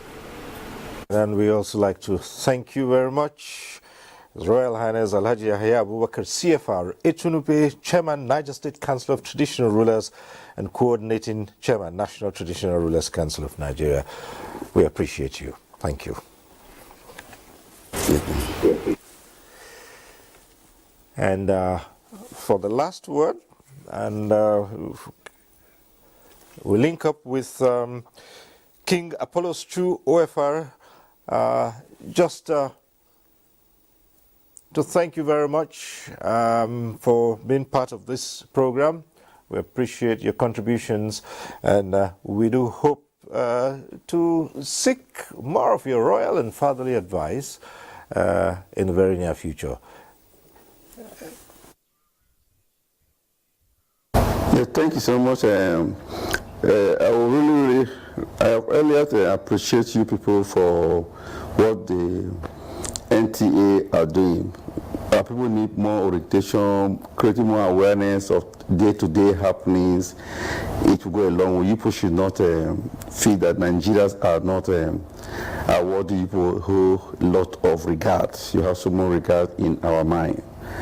And for more that we will achieve, still rely on you people. Continue to do that.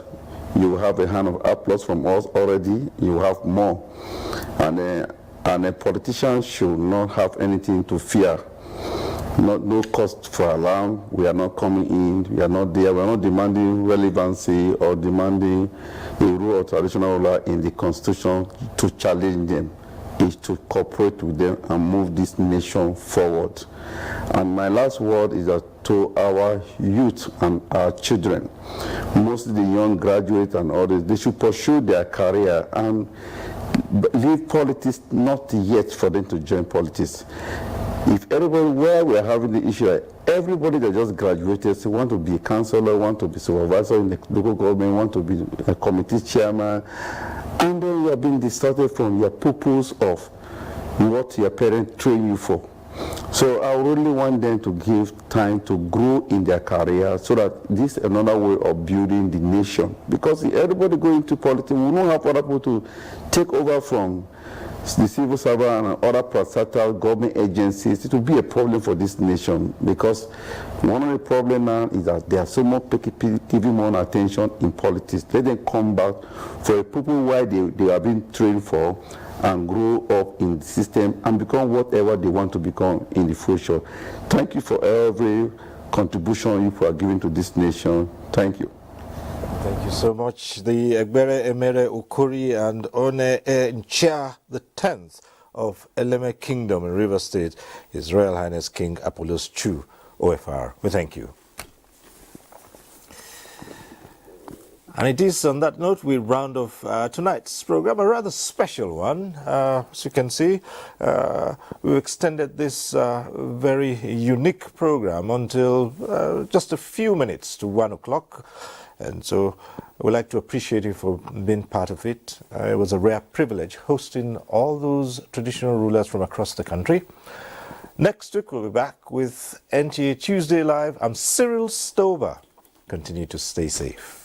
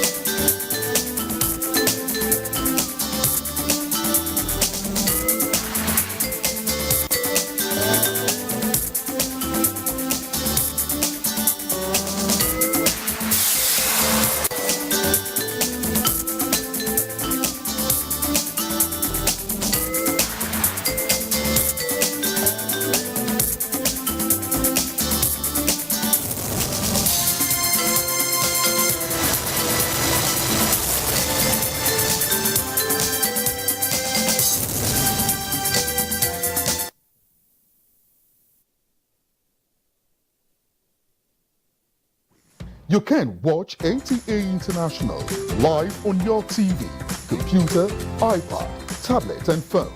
Log on to visiontv.co.uk and click on Entertainment, then NTAI. You can also download the iOS or Android app on your mobile devices to watch NTA International on the go, anywhere in the world. NTA International, your window to the world.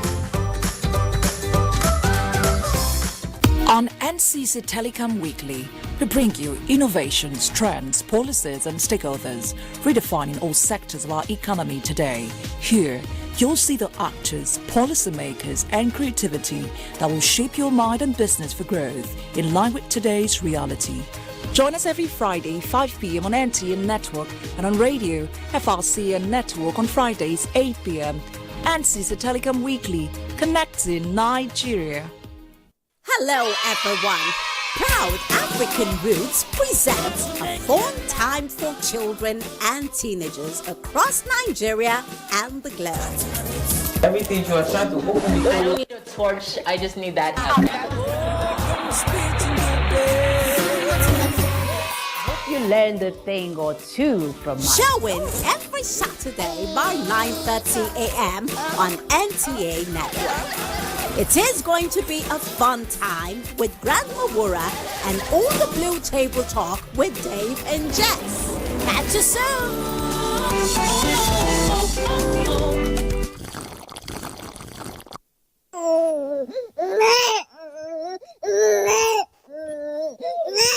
One of the most beautiful events in most people's lives is the arrival of a new life, one's own child. But what happens when such a gift comes with congenital issues, diseases, or deformities? It turns sweet and sour all in one. However, do you know that most of them are preventable and even curable? Yes. Join us on Conversations this Wednesday, the 26th of April 2023, and learn how to keep our newborns fit and healthy. Congenital diseases is our focus. The time is 9 a.m. Make it a date.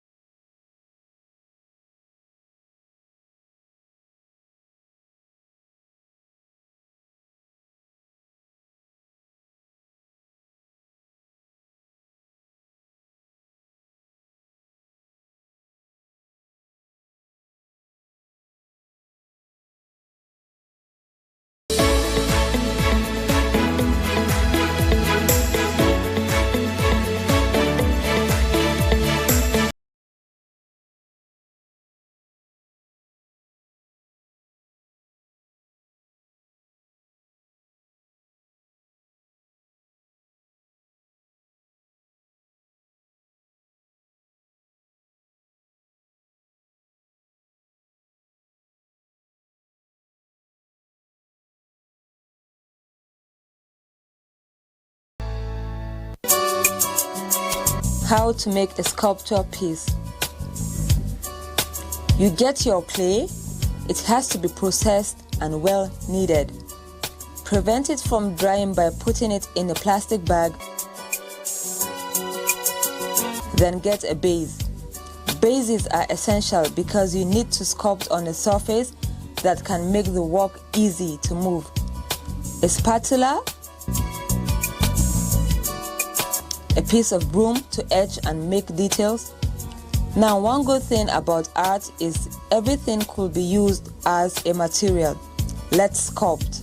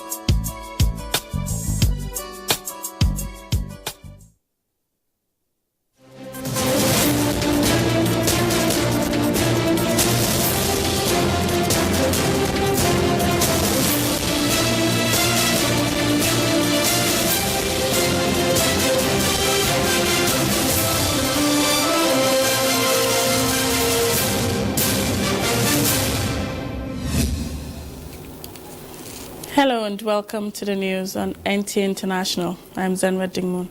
Let's bring you the headlines. Nigeria concludes plans to evacuate her nationals from Sudan as sounds of heavy artillery and gunfire pervade Khartoum despite 72-hour U.S. brokered truce. Heads of state and government of Gulf of Guinea set for third extraordinary session in Accra, Ghana.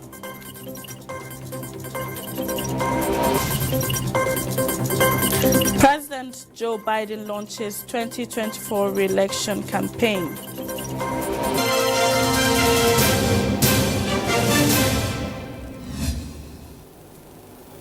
Heads of state and government of the Gulf of Guinea are set to hold the third extraordinary session of the 2023 summit in Accra, Ghana. Obiageli Ogoke reports that the 2023 summit will focus on strategies to strengthen peace and security in the fight against maritime-related crimes in the region. Just source of oil, cocoa, metals, and various other natural resources for world markets. The Gulf of Guinea is increasingly seen as a key strategic point and source of wealth for regional actors and Africa in general. Mutualizing efforts and integrating them to ensure situational maritime domain awareness in this region remains therefore an indispensable milestone towards ensuring sustainable Africa's economic growth. With Africa having become a major hub for global crude oil theft, money laundering, illegal arms and drug smuggling, human trafficking, environmental crimes, piracy and armed robbery at sea, dumping of toxic waste and maritime terrorism, African leaders and decision makers have realized that it is time to step up the continent's strategic approach towards maritime safety and security, as the future of Africa lies in our blue economy. Heads of state and government of the Economic Community of West African States, ECOWAS, and the Commission of the Gulf of Guinea converged in Ghana to adopt key strategic documents in response to illicit and illegal activities in the Gulf of Guinea. The summit showed the increasing commitment of African leaders to express political will and set the leadership tone in the governance of African maritime domain. We know the importance of this position, and so I appeal to members to fulfill their obligations to the Gulf of Guinea Commission, which will enable them to put up a candidate for this position. It is imperative that this position be filled as soon as possible, in accordance with Article 21(1)(c) of the Rules of Procedure of the Assembly of Heads of State and Government of the Gulf of Guinea Commission. Reports indicate that maritime insecurity poses a serious threat to the peace and stability of African states as it undermines the people's development and well-being. The third extraordinary session of the Assembly of Heads of State and Government of the Gulf of Guinea Commission, convened by President Nana Akufo-Addo of Ghana, is expected to remain vibrant in the annals of history. Obiageli Ugoke, NTA News. President Muhammadu Buhari has stressed the necessity for member countries of the Gulf of Guinea Commission to remain alive to their responsibilities by making the organization a pride of place and worthy of the high ideals it was established for. He said the realization of the aspirations of the Commission does not only define what they stand for, but the region can also always collectively achieve. This was at the third extraordinary session of the Assembly of Heads of State and Government of the Gulf of Guinea Commission in Accra, Ghana. State House correspondent Adam Musambo reports. The session, convened by the chairman of the commission and president of Ghana, Nana Akufo-Addo, had as its theme building a safe, secure and prosperous Gulf of Guinea region for sustainable development. Discussions centered on strategies for strengthening peace and security in the fight against maritime-related crimes in the region, as well as the expansion of membership to include all the 19 coastal states of the geopolitical area. I beseech member states of the Gulf of Guinea Commission to show more political commitment at the highest level of government to address these maritime security issues, to help curtail and eradicate the menace caused by these acts of criminality in the region, so as to build a safe, secure, and prosperous Gulf of Guinea region for sustainable development for our people. President Muhammadu Buhari, who addressed participants at the closed session, made a strong case for collective search and actions aimed at addressing the challenges of maritime security and other irritants undermining efforts at maximizing the economic potentials of the region. Nigeria, he said, had championed several efforts, including fighting maritime insecurity in the Gulf of Guinea through the deployment of significant resources, including the unveiling of $195 million worth of boats, vehicles and aircraft to spearhead the country's fight against piracy through the Deep Blue Project. Nigeria's National Assembly, he also explained, passed the Suppression of Piracy and Other Maritime Offences Act 2019 to prevent and suppress piracy, armed robbery and any other unlawful acts against any ship operating in the Gulf region. The President encouraged every member country to do same in order to enhance their collective security. During the event, the newly appointed Executive Secretary of the Gulf of Guinea Commission, Joseph Mba Abeso, of Equatorial Guinea, and other committee members were sworn in. I am not going to let you down. Before leaving Accra, President Muhammadu Buhari held bilateral talks with his counterpart from Equatorial Guinea, Obiang Nguema Basogo, but details of their discussions were not disclosed. Adamu Sambo, NTA News. In our earlier news, my colleague Ruth Aguele engaged political analyst Peter Mark Manu via Zoom from Accra to speak on the summit of heads of state and government of the Gulf of Guinea being held in Ghana. He began by x-raying the relationship of the member countries in the Gulf of Guinea. I think that member countries have done well. Former leader, President Buhari, himself was present at the meeting. Sorry, he's not a former. Okay, go ahead, sir. You remember in October 2022, he handed over the leadership of the organization, that is the Economic Community of Central and African States Security on the Gulf of Guinea Commission, to President Akufo-Addo. Yeah. And today they met to reassure themselves of the task ahead, where they have gotten to and the way forward. And I think the participation was quite good. Exchanges were good.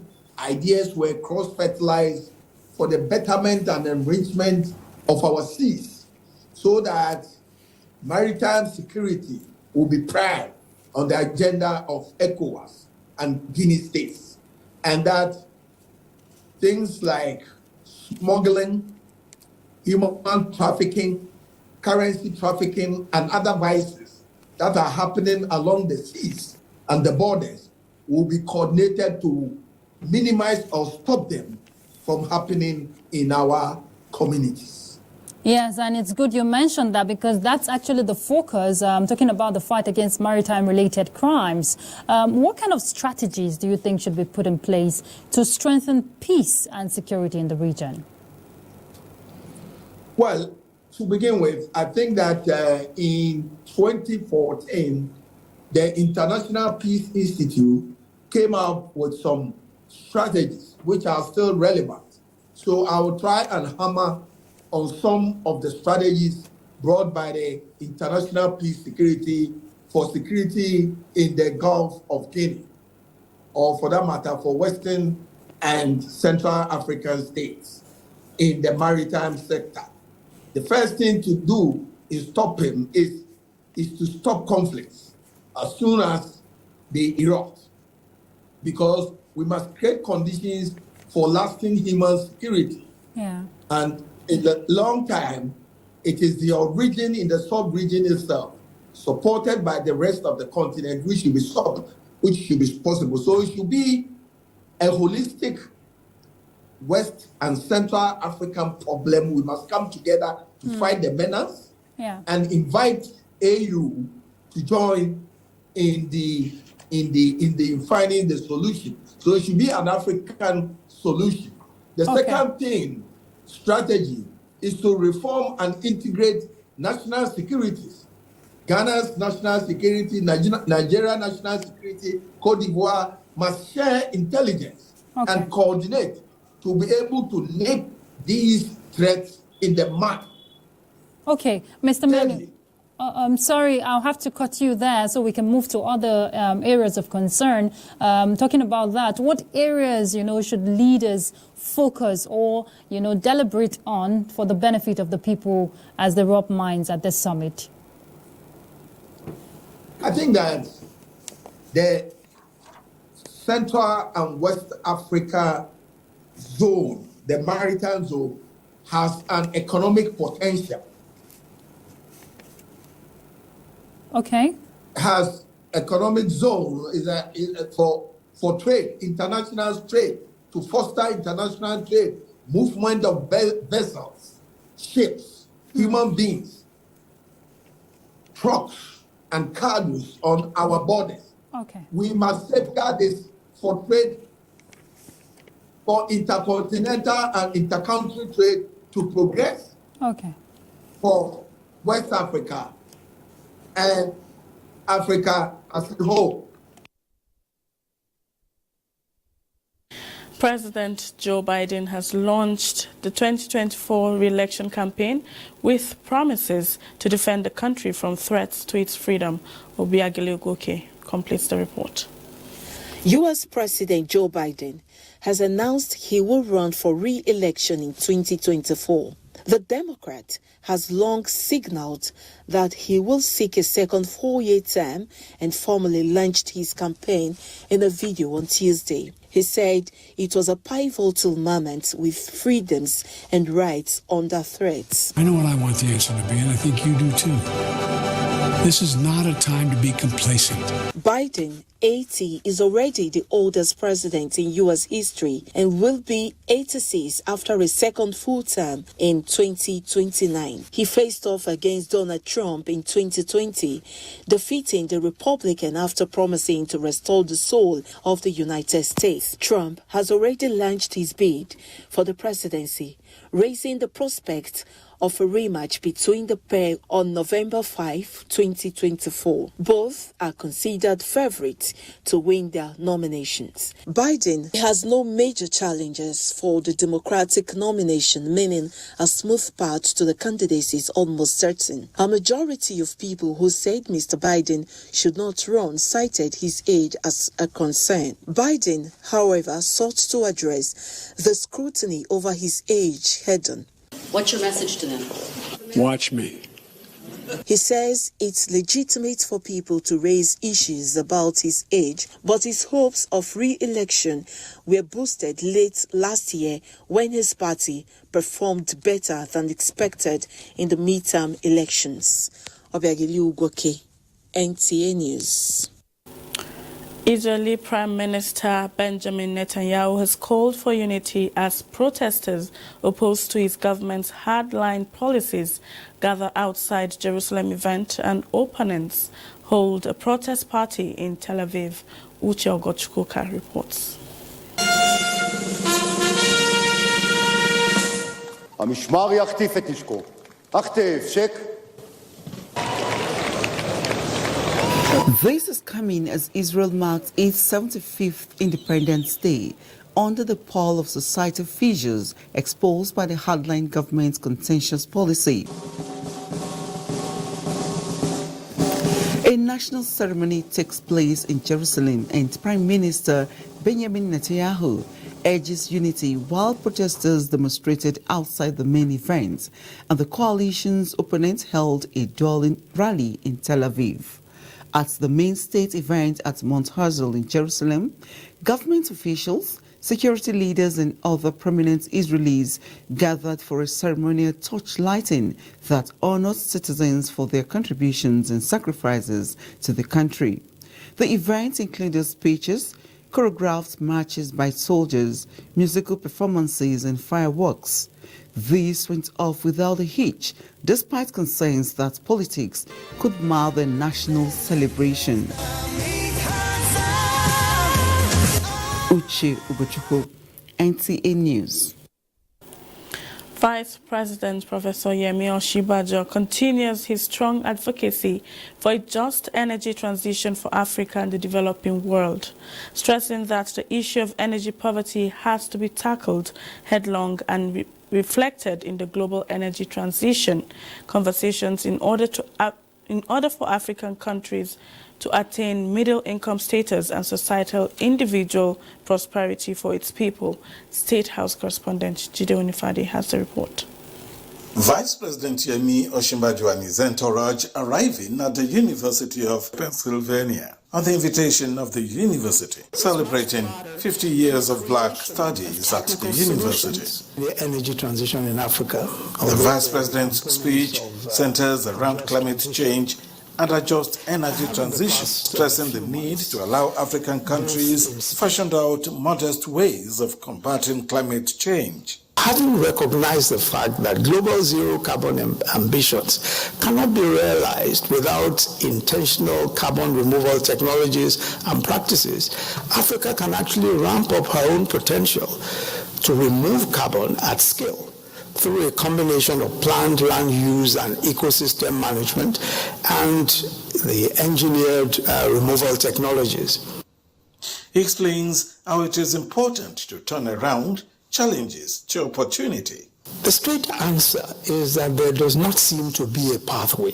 There isn't a pathway for Africa to provide for its populations, provide well-paying jobs, provide opportunities, etc., if we stay within the globally agreed constraints. At a panel discussion, the Vice President spoke on the achievements of the administration and the development of critical infrastructure. Africa, in many ways, has not been treated fairly in conversations. Often, this treatment is a result of simply not understanding Africa. In the words of another statesman, changes are only effected by a critical mass of reform-minded people who are at work. It's all about Africa and the survival of its people. In Philadelphia, USA, Jide Onifade, NTA News. You're watching the news on NTA International. It's time for a break. Do stay with us.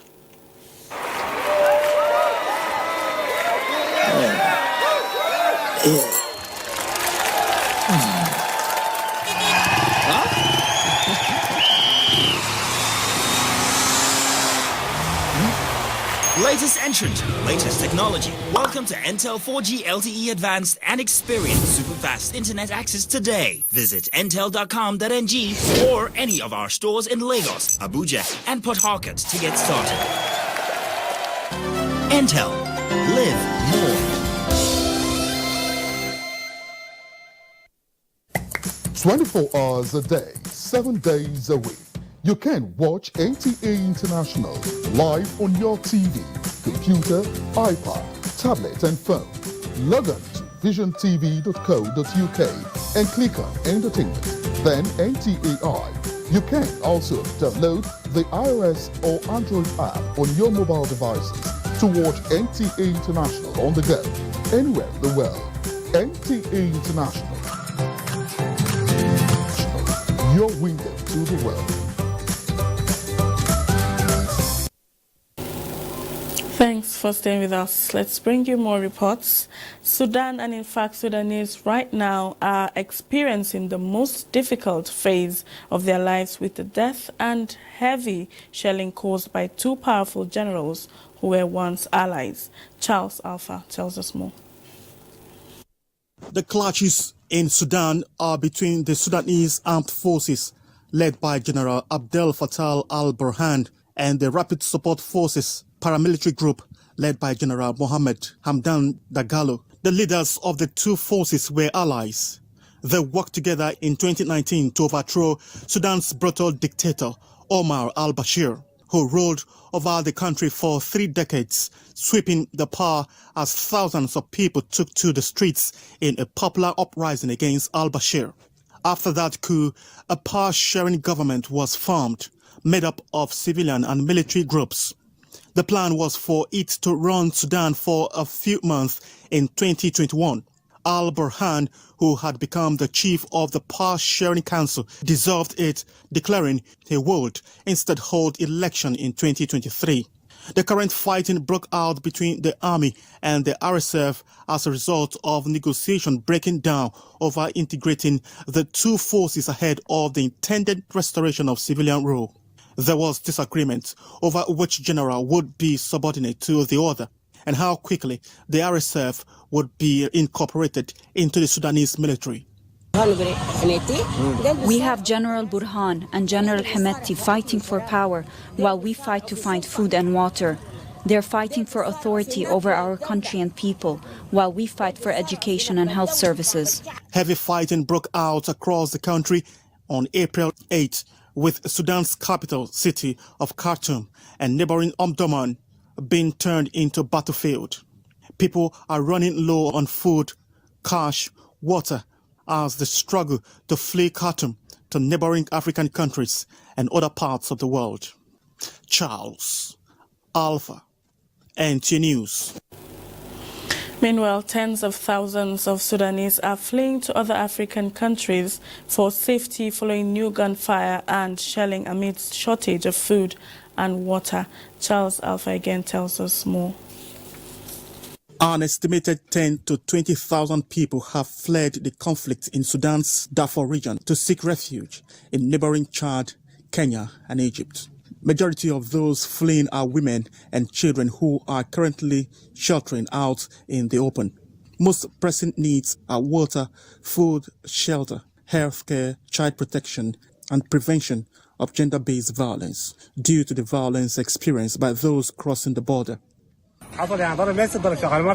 The fighting is ongoing and there hasn't been a ceasefire. Only this morning, people were dying right in front of us. There were people walking by the Nile who died. They were hit by shrapnel from anti-craft gunfire and others that fell into the Nile. Right now, people are leaving. Yesterday, communications were up and running, but there's nothing today. Eastern Chad already hosts over 400,000 refugees from Sudan, and new arrivals are placing additional strain in the public infrastructure, and 4,072 injured. Charles Alpha, NTA News. A laboratory has been captured and put to use by one of the warring factions in Sudan. This, the World Health Organization says, poses a serious health hazard to the citizens. Kolo Mohammed tells us more. Parties in Sudan has captured a lab with various pathogens, including cholera bacteria, the WHO has warned. A 3-day ceasefire brokered by the U.S. is mostly holding. The World Health Organization, WHO, said Khartoum residents were at risk due to one of the fighting factions in Sudan capturing a laboratory which is holding various pathogens. The UN body did not say which of the two sides involved in the current conflict was occupying the facility. The lab is storing cholera bacteria and other potentially dangerous items. Technicians have been unable to access the National Public Health Laboratory to secure the materials. The WHO's Nima Said Abid told reporters in Geneva via video link from Sudan. It's extremely dangerous because we have polio isolates in the lab, we have measles isolates on the lab, we have cholera isolates in the lab. So there is a huge biological risk associated with the occupation of the Central Public Health Lab in Khartoum by one of the fighting parties. This has prompted the British government on Tuesday to announce it will be initiating the evacuation of its citizens from Sudan. The government has begun a large-scale evacuation of British passport holders from Sudan on RAF flights, Prime Minister Rishi Sunak said on Twitter. According to the British government, military flights will be departing from an airfield located outside Khartoum. These flights will be available only to individuals with British passports, with priority given to family groups accompanied by children. senior citizens, and individuals with medical conditions. Switzerland is looking for evacuation opportunities. Swiss Foreign Minister Ignazio Cassis said Tuesday that they are closely monitoring the situation in Sudan to identify any opportunities to evacuate their citizens who are still in the country. However, he also admitted it might not be possible to evacuate those individuals who also hold Sudanese nationality. Switzerland has already closed its embassy in Sudan and successfully evacuated its staff and their families during a brief ceasefire. They arrived in Bern early on Tuesday morning. Kolom Hamad, NTA News. The Minister of Foreign Affairs and that of Humanitarian Affairs, Disaster Management and Social Development expressed concern over the dire humanitarian situation in Sudan and empathized with the entire civilian population in the country, including the Nigerian students and other members of the Nigerian community caught up in the ongoing crisis between the Sudanese army and the paramilitary rapid support forces. Is working very closely with the Ministry of Foreign Affairs and Nigerian missions in the countries bordering Sudan, as well as with other relevant stakeholders, especially the Nigerian Diaspora Commission, Federal Ministry of Health, the Nigerian Armed Forces, and National Intelligence Agency, and international humanitarian organizations such as International Organization for Migration, to immediately evacuate these students and other affected Nigerian citizens. In a statement jointly signed, the Rector overseeing the Office of the Permanent Secretary, Minister of Foreign Affairs, Ambassador Janet Olisa, and Permanent Secretary, Federal Minister of Humanitarian Affairs, Disaster Management and Social Development, Nasser Sani Gwarzo, the ministers urged parents to advise their wards that while concerted efforts are being made to evacuate them, the students should endeavor to remain calm and maintain constant communication with officials of the Nigerian Embassy in Sudan for instructions and updates. They can reach the embassy officials on the following telephone numbers: 234-803-586-6773, plus 249-96195-6284, plus 234-8063-636862, plus 249-9619-56274, and plus 234-9066-663493. They are also advised to guard against undertaking the treacherous journey to the borders on their own in view of the dangers involved.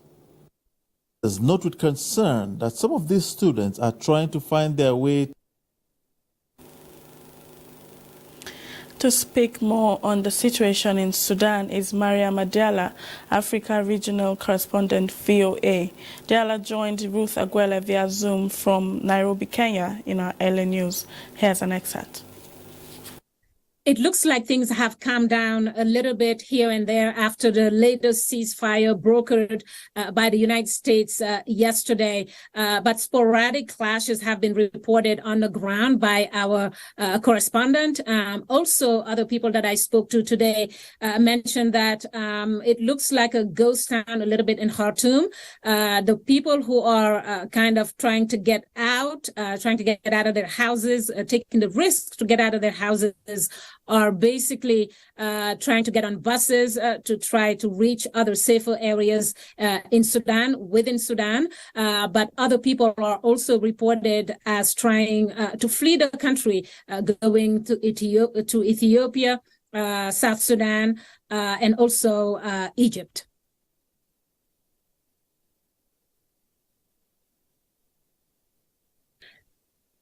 It's really hard to know who fires the first shot after the ceasefire is in effect. We've noticed that from the first one that was brokered in the beginning by the United Nations, and there have been a few other ones that have been brokered. The latest one was the 72-hour to kind of mark the Eid celebrations. But for this one, the latest one from yesterday, again, there have been reports of clashes, sporadic clashes here and there, and it's really, really hard to know know if the rapid support forces are the one who are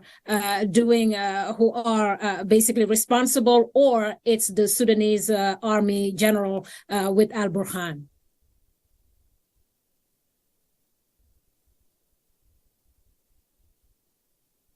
Many countries, including the United States, have recently evacuated their citizens. I think the ones from the United States were supposed to actually arrive yesterday afternoon. How it happened was that they flew in from Djibouti to basically get the people working at the embassy from the embassy grounds, and then were able to refuel from Ethiopia and then fly to the United States. I think a lot of the countries that have been able to evacuate their citizens have taken advantage of basically maybe a few hours of ceasefire to get their people out. I think some people have been able to do it through the air. I think other people, I think Nigeria is actually was supposed to start today. Kenya started yesterday, but I think the countries who are not able to do it through the air are trying to do it using the borders, meaning either through South Sudan, through Ethiopia, maybe Egypt,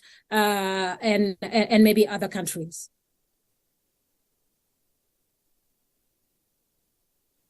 Obviously, by now, we know that a lot of the international organizations have suspended work within Sudan.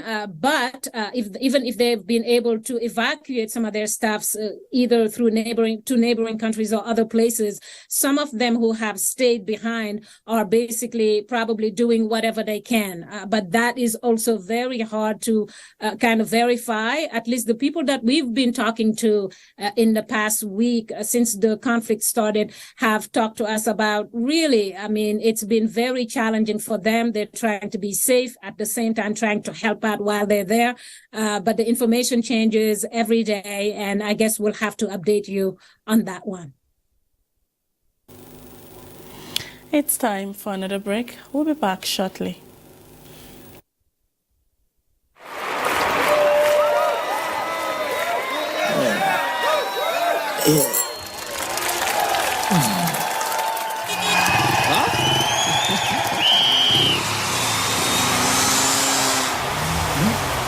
Latest entrant, latest technology. Welcome to Intel 4G LTE Advanced and experience super fast internet access today. Visit intel.com.ng or any of our stores in Lagos, Abuja, and Port Harcourt to get started. Intel. Live more.